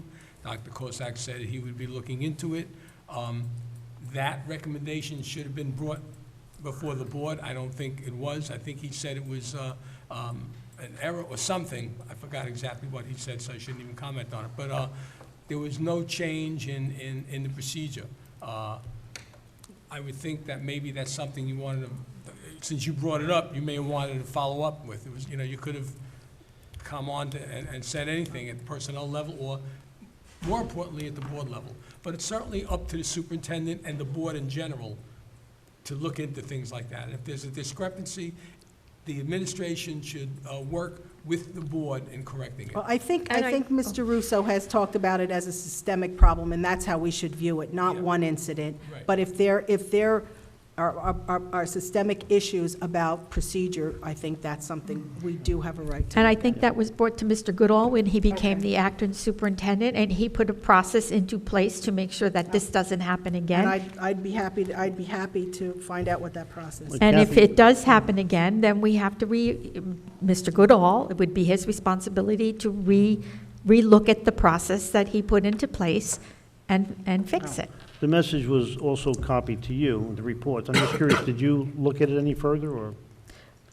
Which message? The- From the you? message- The email that was sent by Mr. Goodall, his report was sent also to you. So I'm just curious if you had looked at it any further, or just, I look at all the emails that I receive. yes. So did you look into this issue? Because it's a significant issue. I mean, we have to think about. It was not up to me to The look report, into. not to rehash the report did not report out on a systemic issue.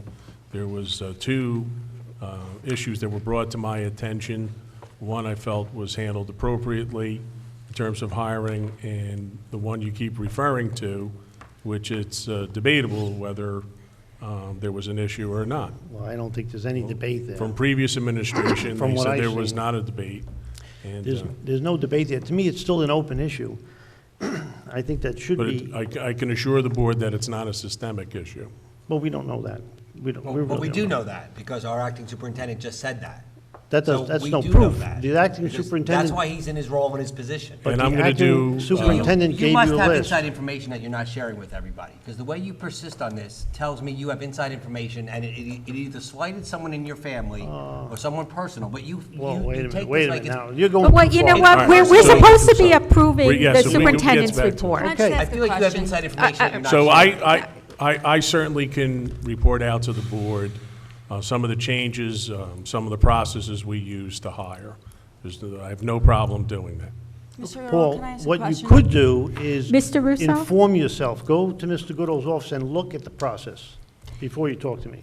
I could. Like I did. I took the time out. I and certainly went there would during be. the day. Inside information. I certainly would be open to meeting with any board member who would should have a like closed to session about ask some questions about some of the things discussed, but I can assure you that there is no systemic problem here.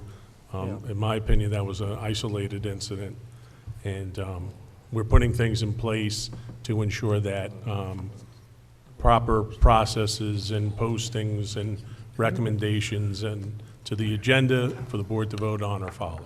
I agree, and I Okay, so appreciate that. can we, Ms. Carino? I just have a quick question. So since there was something that wasn't done and that paperwork said that it was required, did you go to our board attorney and ask? This was all done prior to me taking over. I mean, it doesn't really matter. I It's did- just like a process that we have. No, and I it did, said- one of the issues was, can a situation be undone? And we were advised that no, at this point it would be.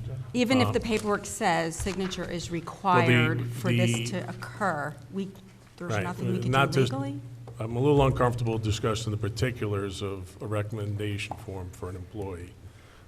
But certain processes were in place prior to July 1st, and some processes we put in place, I believe tightens up the ship in terms of hiring, and that's what I'll continue to do moving forward. We can't go back. We can only work on We know that. fixing what we did, But what Kathy- happened, and making sure it doesn't happen It's again. not I meant as a understand it. The criticism problem we to have with the anything board is that- Before July 1st.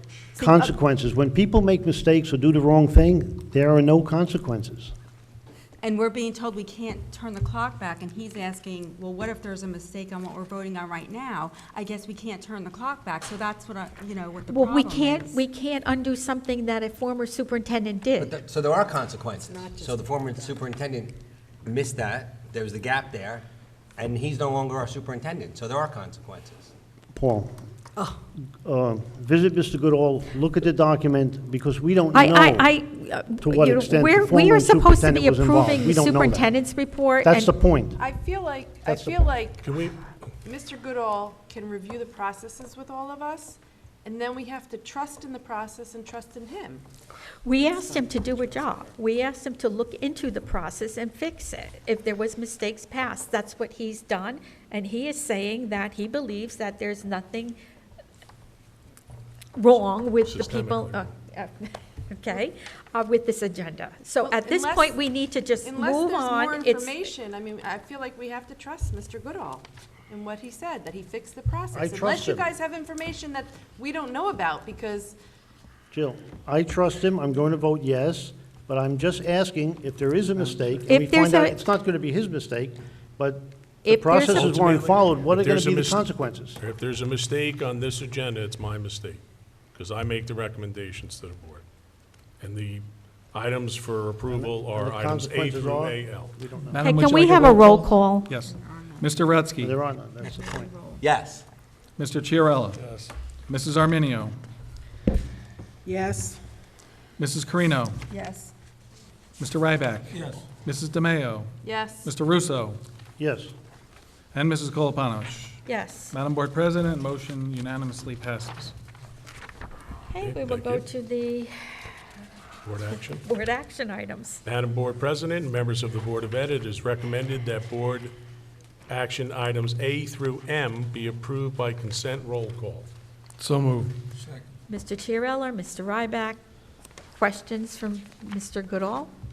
Ms. Arminio? E on, that is recommended, approve the following textbook. I'd like clarification, the American Pageant, U.S. History Honors 1 and 2, and I did read the paperwork regarding this. It was just a question and answer, or multiple, well, no, it was a multiple choice, question and answer about the book. However, given what I'd like to see in the curriculum, is there any specific civic lesson, or does it talk about the government and how, and our government practices in this book? I don't know the answer to that question off the top of my head. I had the book with me at the last meeting for curriculum. It did go through the curriculum committee meeting. I understand that, but This is actually specifically. the same textbook that they're currently using. It's an updated version. This is only one resource that the course uses, so the course can use other resources also. But we don't know if they're specific, because clearly we need education on our civic duties and what we're responsible for and how government should be conducted. So, okay, I'm just gonna, since you don't know, I I'll have don't to know. abstain on that one. Anyone else? Oh, and for that, I would also like to table H under the circumstances this evening. I think we should table H for further review.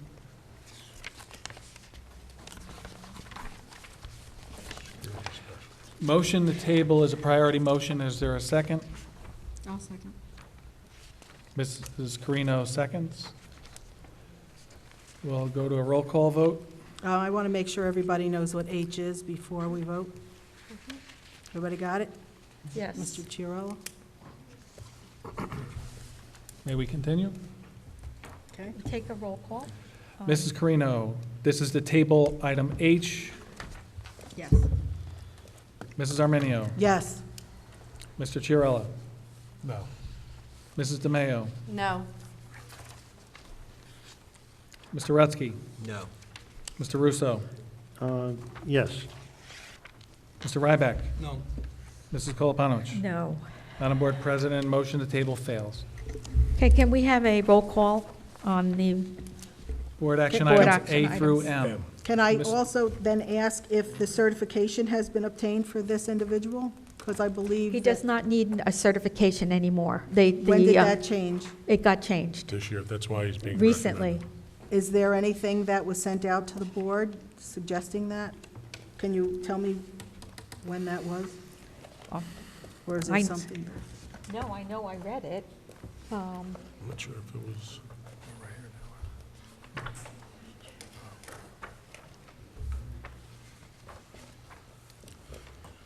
I think at the state level, there were so many, Right, it's a letter from the state. right, that said, the people that were in this, who had the certification, there were a lot of people who, like. No, I understand yeah. there was a movement to get the person, but Right, I'd like and to I know know it that it happened 'cause I- actually I- happened. I did see It's it. on it's on here, so it's a question.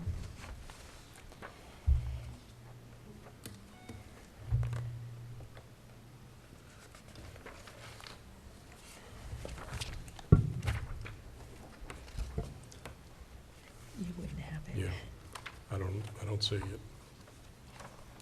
Was this the letter from the New Jersey, NJOHSP? It might have been, is it in board docs? Homeland Security and Preparedness? No, actually, this was in my Jamesburg update, but maybe the letter you're referring to, I'm just checking. Just give me a date and who it's from. It was September 6th. Oh, it's not an email you'll find, but the letter came out of the Office of Homeland Security, New Jersey, on September 6th about school safety. And it says I'm what just it- checking to see if this is the letter you're referring to. That they no longer needed administrative I thought it was certificate. very Check recent. in board docs, see if it was there. I looked in board docs. I Madam? didn't see it. It's not on here as a, There's a letter from the Department of Ed. Can Yes, but in Mr. the Goodall file it- send a letter tomorrow? Send everybody a Well- copy of the letter tomorrow, since he doesn't seem to have but it. it's not in file attachments, because I did look in file attachments. So it might be in board docs, but not under the proper section. Madam, Yes. there was communication from the state that went to the administration, and it indicated from two different sources, Department of Education and also New Jersey Association of School Business Officials, that the certification required for school safety specialists was lifted. The superintendent can recommend any duly qualified person without a certificate to be school safety specialist. I'll be happy to send that information to Mrs. Arminio. I think you would send it to the whole board. Yes, Certainly, please. had the question come up earlier, we could have had that communication ready to Well, support the had- superintendent's had the- recommendation. Had the file attachments been included that, I wouldn't have had the question. Okay, I'm satisfied that you will send it to me. We will have it sent to the whole board. Please. So we will have a roll call now on accepting the board action items for the superintendent. A through M, Mr. Ryback. Yes. Mr. Rutsky. Yes. Mrs. DeMayo. Yes. Mrs. Carino. Yes. Mr. Chiarella. Yes. Mrs. Arminio. Abstain on E and no on H. So noted. Yes on everything else? Yes. Thank you. Mr. Russo. Yes. Mrs. Colapanowicz. Yes. Madam Board President, board action items A through M has passed. Okay, at this time, we'll go to the business administrator's report. Madam Board President and members of the Monroe Township Board of Education, it is recommended that board action items A through M be approved by consent roll call. Can I ask a question? As soon as we have a first and a second, Mr. Chiarella, Mr. Ryback. Now you can ask a question. We have one fund that has 17 cents in it. Yes, ma'am, that Can you is. explain why that is? Certainly. That's one of the bond referendum of previous accounts for the high school, and the account was closed. All of the appropriations were spent. But I don't see it. And then we had a last-minute adjustment to appropriate interest earnings on a shared account. And that's how accurate we are with the journal entries. 17 cents was allocated to this fund. That will be closed out this year. There will be no interest on the 17 cents. That requires us to be kept open. Okay, thank you. Any other questions for Mr. Gorski? Yeah, I'm looking for the board action that has to do with, Number 2, professional appointments, under A, A2. oh, yeah, okay, I got it. But also, can we ask questions now? Yes. Okay, on number 1, the contract that we have, I mean, this says it's not to exceed $75,000, and Mr. Gorski reiterated that. However, the contract that is not signed yet says $77,474.50. Will that be changed to $75,000? Madam? Yes. This contract initially came in at about $108,000. It's unbudgeted funds to pay for mold remediation. Mr. Tague and I, as I've reported to the board previously, called the contractor, expressed our opinion on the proposal and the opinion of Dr. Lynch and our insurance broker for property and casualty. After consideration, the contractor was willing to reduce the contract not to exceed $75,000. The contract came back. The itemization of the contract is slightly above 75,000, but in bold letters above the total, it says contract not to exceed 75,000. So that's the driver of this contract. What the board's approving tonight is that this contract will not exceed 75,000. There will be no further revision that's needed. Even though it says on page 5 of the proposal that subcontractor services subject to cost plus 20% if applicable, is that excluded as well? Not to exceed 75,000 in bold. That Period. pertains to this contract. Now, if some remediation, further expansion is needed, we would have to come back to the committee and the board and explain why and the need for more funds. But right now, as I've said, 75,000 is what you're voting on, not to exceed. Okay. And if it pleases the board president and the board, number 2, there was discussion, if the board had an opportunity to read the letter from Mr. Klauser, Mr. Gary Fletchhauser's, if I say it right, Fletchhauser's attorney regarding the construction next to Barclay Brook. The letter talks about, and we've had this conversation several times, the letter talks about an emergency access. Some of us thought that emergency access should be expanded to a walkway. So we're going to put a resolution as an addendum to this. But now, and this is not a surprise because it was a surprise to me, this particular development has a cul-de-sac, and after what I heard today, and the fact that the children get picked up on 522, I hope that the Transportation Committee takes a look at this, and maybe our Buildings and Grounds, Mr. Tague and and I'm not saying that it's going to go on here, but I hope this cul-de-sac is wide enough for a large bus to turn around in if that's the case. But that's another conversation for another day. So as an addendum to number 2, as recommended by the Buildings and Grounds Committee, it is recommended that the Board of Education acknowledge receipt and acceptance of the terms and conditions contained in this August 31st letter in correspondence from Mr. Peter H. Klauser, Esquire, on behalf of his client, Gary Fleischhauser, dated August 31st, 2018, and Exhibit A, which is a sketch of the proposed sidewalk and access easement. And in bold letters, this is the change, with further requirement that the easement be granted for emergency access as well as a walkway. The board attorney is hereby authorized and directed to take all necessary steps to implement this action by the board. Ms. Arminio, are you asking to make a motion to amend with the bold print? Yes. Okay, so you would be making that motion? I am. Is there a second to the motion? What bold print? What I just read. The bold print reads, Did with you get further, no, I guess. with further requirement that the easement be granted for emergency Okay, so access. nobody has seen that. Yes, I understand. That's why I'm repeating it. I need to read it. Great. No, I just read it. I need to read it. Mr. Gorski wrote it, so I'm sure. I wrote it minutes before the meeting this evening, and I'll be happy to Trust him. repeat it if Yeah. it pleases the board. It's the same motion as the professional appointments number 2, except Ms. Arminio is asking to amend it with the addition of, with the further requirement that the easement be granted for emergency access as well as a walkway.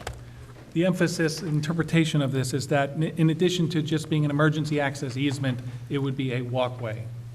Okay, I understand. So is Mr. Chiarella second that? So now we have to have a roll call on the amendment. Mrs. DeMayo, Yes. Mr. Rutsky, Yes. Mrs. Carino, Yes. Mr. Chiarella. Yes. Mr. Ryback. Yes. Mrs. Arminio. Yes. Mr. Russo. Yes. Mrs. Koloponowicz. Yes. Madam Board President, motion has been amended to include the walkway component. Thank you. Say, are there any other questions for Mr. Gorski? On this, is it going to get mailed to the planning board attorney? Is that? I believe there was a series of letters between Mary and the other attorney. Okay. So I assume it has to go to the planning board. Yes, I believe that after Mary speaks to him, it's my Right. understanding that they would present our resolution At the planning to the board, and we planning should be following up on the planning board to make sure it's the same as what we're Correct. asking for. Thank you. Yes. Okay, Mr. Gorski, roll call. Mr. Rutsky. Yes. Mrs. Carino. Yes. Mrs. DeMayo. Yes. Mr. Chiarella. Yes. Mrs. Arminio. Yes. Mr. Ryback. Yes. Mr. Russo. Yes. Mrs. Kolpanovich. Yes. Madam Board President, board action items A through M as passed under the BA report. That concludes my report. Thank you. Okay, so my report's going to be very short. According to what Mary Ann Friedman said of New Jersey school boards, we should be doing a board self-evaluation, which is online under NJSBA. So I'm just going to ask, because everybody on the board can do that, so I'm just going to ask everybody to go online and fill that out. So that's it. So other board business. Mr. Chiarella, I would like to ask a favor of you and your Buildings, Grounds, and Transportation Committee, if you would put on your next agenda the transportation issue that we heard today. Yes. I'm not going to make any guarantees that we're going to do anything or we could do anything, but I think it's worth a discussion at the BG&T committee level. I'll make a note of that. Thank you. The cul-de-sac issue. Thank you, Ken. Thank you. All right, any other Board of Education Okay. business, Ms. Arminio? I just want to let everyone know that we're going to have a Fair Funding Committee meeting on September 20th at 7 p.m. right here. So, thank you, Mr. Goodall, for setting that up. I appreciate it, and it's open to the public. Ms. Arminio? I'd just like an update on the auditor and our, how far we are with that. Have we put out an advertisement for an auditor? Because I believe now that we're doing, isn't it time for the auditor to come in and take a look at the budget? Doesn't it usually start in October? He's been already working on the budget. He starts in Who? June, the auditor. Madam, So for, I'm sorry. We have a resolution. May I clarify what I stated previously, which Yes, you can. I thought was clear? The auditor is engaged to audit the year already, for the year ended June 30, 2018. You approved that last year. He has been beginning with that last October, and that is about 75% complete, if I had to estimate. What you're referring to, Mrs. Arminio, is the request for RFP, request for proposal for auditing services for next year. And this would be July 1st, 18 through June 30, 19. Okay. and we usually would vote on something like that at the reorg meeting when we do all of our. Well, it was already voted on. It's been voted on by this board, so it is already Voted on to go out for an RFP. Right, we're going to be doing that, going out for an RFP, but we usually hire the auditor around January when we reorg. Well, if we have one by then. I hope Can we I will. ask a question? Madam, to further elaborate on that, the request for proposal, as I discussed its composition at the last meeting, is near completion. We had intended on presenting it at Finance Committee, which I stated previously, but the Finance Committee was canceled due to the urgent nature of the trailers and a planned tour that unfortunately never took place. So I would assume that at the next Finance Committee meeting, the request for proposal would start as it should with the Finance Committee and then come to the full board. Okay, well, that was all I needed, as an update. Thank you. Mr. Russo? What would be the scope of that RFP? Would it be to hire a new auditor? Or is it just auditing services and we could end up with the same auditor? Apparently, Madam, take part. you want to answer that? If you wish. I think we get an RFP and we go through the process and we do what we would normally do. We could have the same auditor, we could not have the same auditor. But that would defeat the intention of, but The resolution. that's the Madam- process. I feel compelled to add, because this is an important process. Quite often, school districts and school business administrators will go out for RFPs for multiple different services. It's not the auditor, it's auditing services. And they will do a review of the bids that come in, rates with other type of services, and it may be concluded that what you have is efficient and satisfying to the board, because it's the board's decision. So it's unclear what will come of this RFP process, but it will be advertised, and as I'm sure that the board appreciates, it will be an open and democratic process. I don't know what. But many What's times unclear about that? organizations do choose to just change auditors. Not just for- auditing For services. best practicing. But for any best practices. services, yeah. Any other Board of Education business, So, Mr. yeah, so we end up Mayo? with- I have a motion. That's You have a motion? That's what's going to happen. Yeah. Yes, okay. So I'm sorry. I'm going to read the motion, and then if you guys have questions, I can explain it. The motion to approve, 1, Unified Partner Fitness Club in the Monroe Township High School for the school year 2018-2019 school year. And 2, 3 coaching positions with a stipend of $1,000 each in connection thereto, which stipends shall be paid with a portion of the grant money the board will be receiving from Special Olympics New Jersey. The acting superintendent of school and the business administrator, board secretary are hereby authorized and directed to take all necessary steps to implement this action by the Board of Education. So, Wait, what this... you're the first, I need a second. I'll second. Mr. Okay, so I just Rutsky. wanted to explain this. We just... Are you making fun of me? No, I am. She said she needs to I read said I it. need to read it. You are more than welcome to read it. Okay, thank you. That's all I said. I'm not making fun of you. Here, I'm I'll just- we'll you pass are. it. No, just reread it, please, because you're. No, making- we'll Well, I give it want to to you, and you explain can it read to you, it. and then I can read it again. Okay. So we just accepted a grant from Play Unified from the Special Olympics in the form of $5,500. Now, this is a new club, and new clubs usually have no stipends the first year. But we received this grant, and this grant is going to be used to pay for the instructors for this. So if this is at no cost to the district, but we need to have a motion to accept, to use that grant money to pay for these instructors for this Unified Play Club.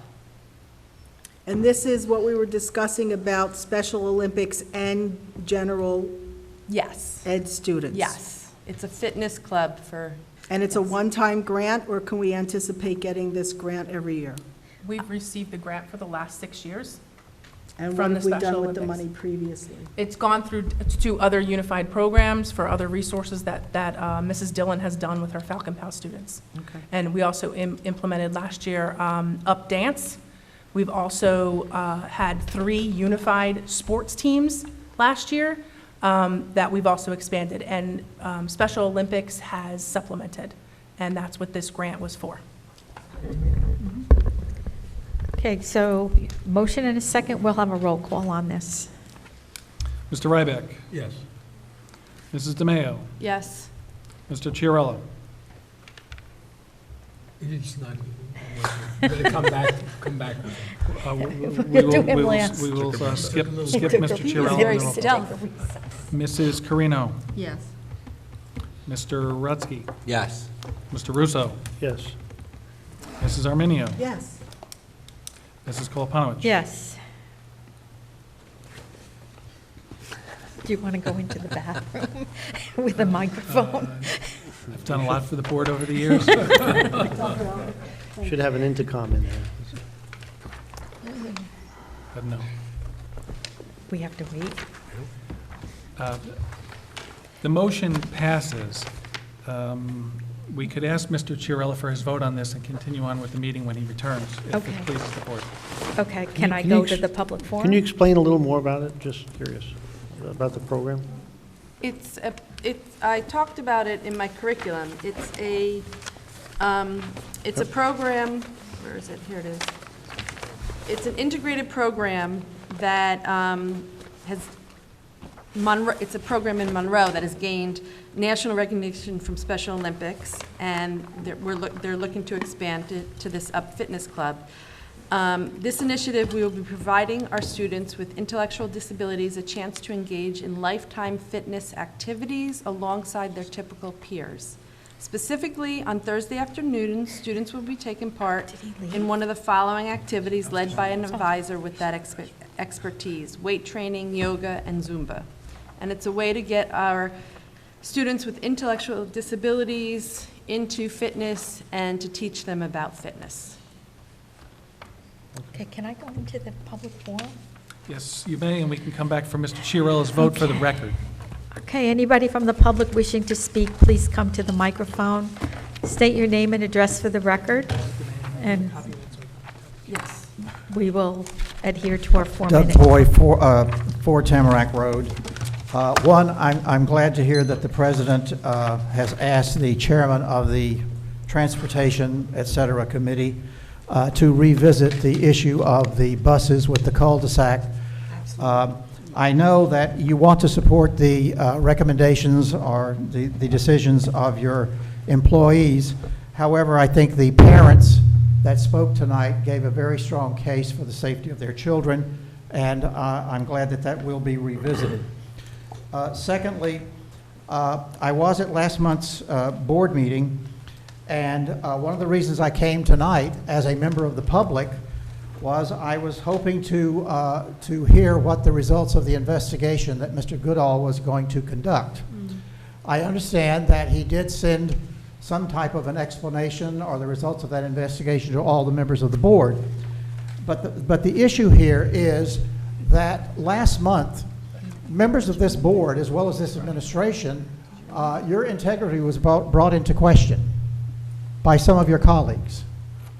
And so the board, the public, without any information in terms of the results of that investigation, we don't know if you did have involvement or you did not have involvement. I understand that you might not want to be mentioning names, but I think in some way the public is entitled to have somewhat kind of an idea as to what the results of that investigation were. Were any members of the administration directly involved in the development of that packet? Were any members of the board complicit in the development of that packet? Okay, I just think that that's very important in terms of your own integrity, and I wish that that had been shared with the public tonight. Well, Mr. Poy, I will tell you, the answer to both those questions is no. All right, thank you. Finally, but I'm not going to go through the whole report because that would not be appropriate. That's fine. Finally, you know, this issue of the mold being discovered, I understand how that came about. I know many other schools, elementary and high schools, they all suddenly found themselves with that issue. What I'm interested in is what will be done going forward, like next summer, the summer after that, so that the district will not face that. There are some districts that have had to close their schools, and they're presently closed. We would not want that to happen.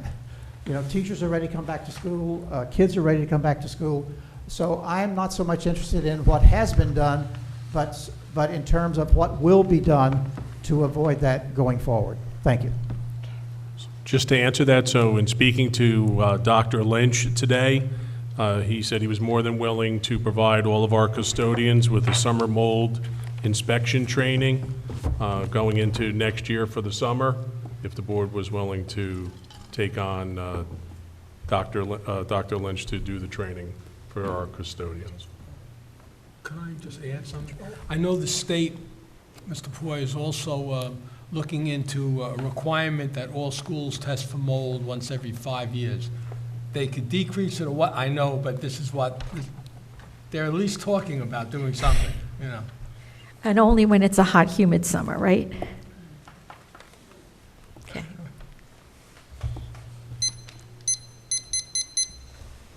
Betty Saborito, 2 Barrymore Drive. I know it's late and we've all been here a long time, but I wanted to address something that came up at the last Board of Ed meeting and seems to be coming up again today with regard to the district employees that are running the outside special needs business. I can tell you that the information you're receiving is not correct. I personally have used this company for a number of years. I went and searched for them. They did not come looking for me. I was looking for a company that was small enough that my son would not get lost there. Most of their referrals, when I started, I was one of their first clients. Most of their referrals, over 50% of their clients right now, are my referrals, people that I've gotten to them either via Monroe or outside of Monroe. So I think we have to be very careful with how we're doing this investigation, and we're bringing people's integrity and livelihood into play. As we all very well all know, our teachers are not the best paid people in New Jersey or anywhere else, and we have to be careful with playing with their livelihood as to what they can and can't do afterwards. To begin with, it is owned by 2 employees. It is not owned by 3 employees. There was originally another owner. She has not been there for over 2 years. The para that went from part-time to full-time and that whole thing was never an employee of this company, okay? They are not manipulating IEPs, and those of you that know me well know that I am a huge advocate for what my son is legally entitled to, and I would never go outside and pay for services that should be provided at the school because they're being recommended by somebody. So I want you to get your information clear before we put somebody's integrity into question, because that in and of itself is unethical. Not just myself, but I have numerous families that are willing to come up here and speak, sign a letter, whatever it is that the board feels and Mr. Goodall feels is necessary so that you can understand that they are not crossing lines. Somebody brought up the question of they're making copies and on the phone. I sit in that office 4 days a week with my child. They have an office manager, they have a photocopy machine, computers, telephone, not sure why they would do it while on duty. And I believe most of the therapist caseloads are so large that they wouldn't have the time to do this. So I think we really need to be careful with what we're saying about this. The outside companies that are run by teachers or therapists in this district are numerous, so I question why this is the one being targeted. My opinion is because they're successful. I also want to make it very well known. I do not work for the district. I did not work for the district in the past. I do not have any relatives in the district in the past or currently. So I really want you to be careful about why they're being targeted. Do this investigation with open eyes. I understand that there are lines that, could be crossed. I can assure you, in my case and the families that I've recommended, they're on the contrary. They will not touch your child if anybody that works there has your child in school. Yes, they have Monroe employees. They have Manalapan employees. They have Sayreville, Basking Ridge, up north, down south. I mean, they have employees from all over. So I think we really, before we have clear evidence, we shouldn't bring this to the public, because last month was the first meeting I've missed in years. And I was watching this going, these people are getting bashed and their reputations are being put into play when we don't have any clear facts. If any of you, I've already met with Mr. Goodall. If any of you would like to meet with me or have a discussion with me, I'm more than open. Like I said, I'm their biggest marketing person because I'm the one, because my son has been doing so well. This is supplementing what he's getting in school. I would never pay out-of-pocket services that the school should be getting because somebody at the school, from what is said, is recommending.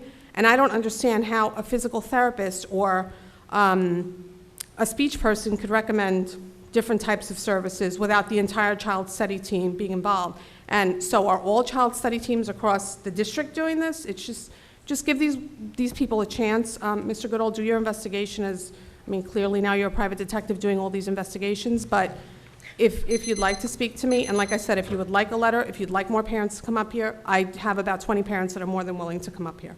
That were my referrals and that are not, that are just happening to go there. Thank you. Anyone else wishing to speak?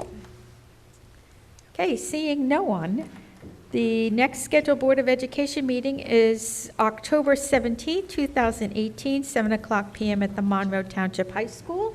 Motion to adjourn? So moved. What? Just making sure we have enough for a quorum to close. She moved it. I'll second it. Mr. Mayo, Yeah, we have Mr. enough. Rutsky, all in favor? Aye. Opposed? Then meeting is adjourned.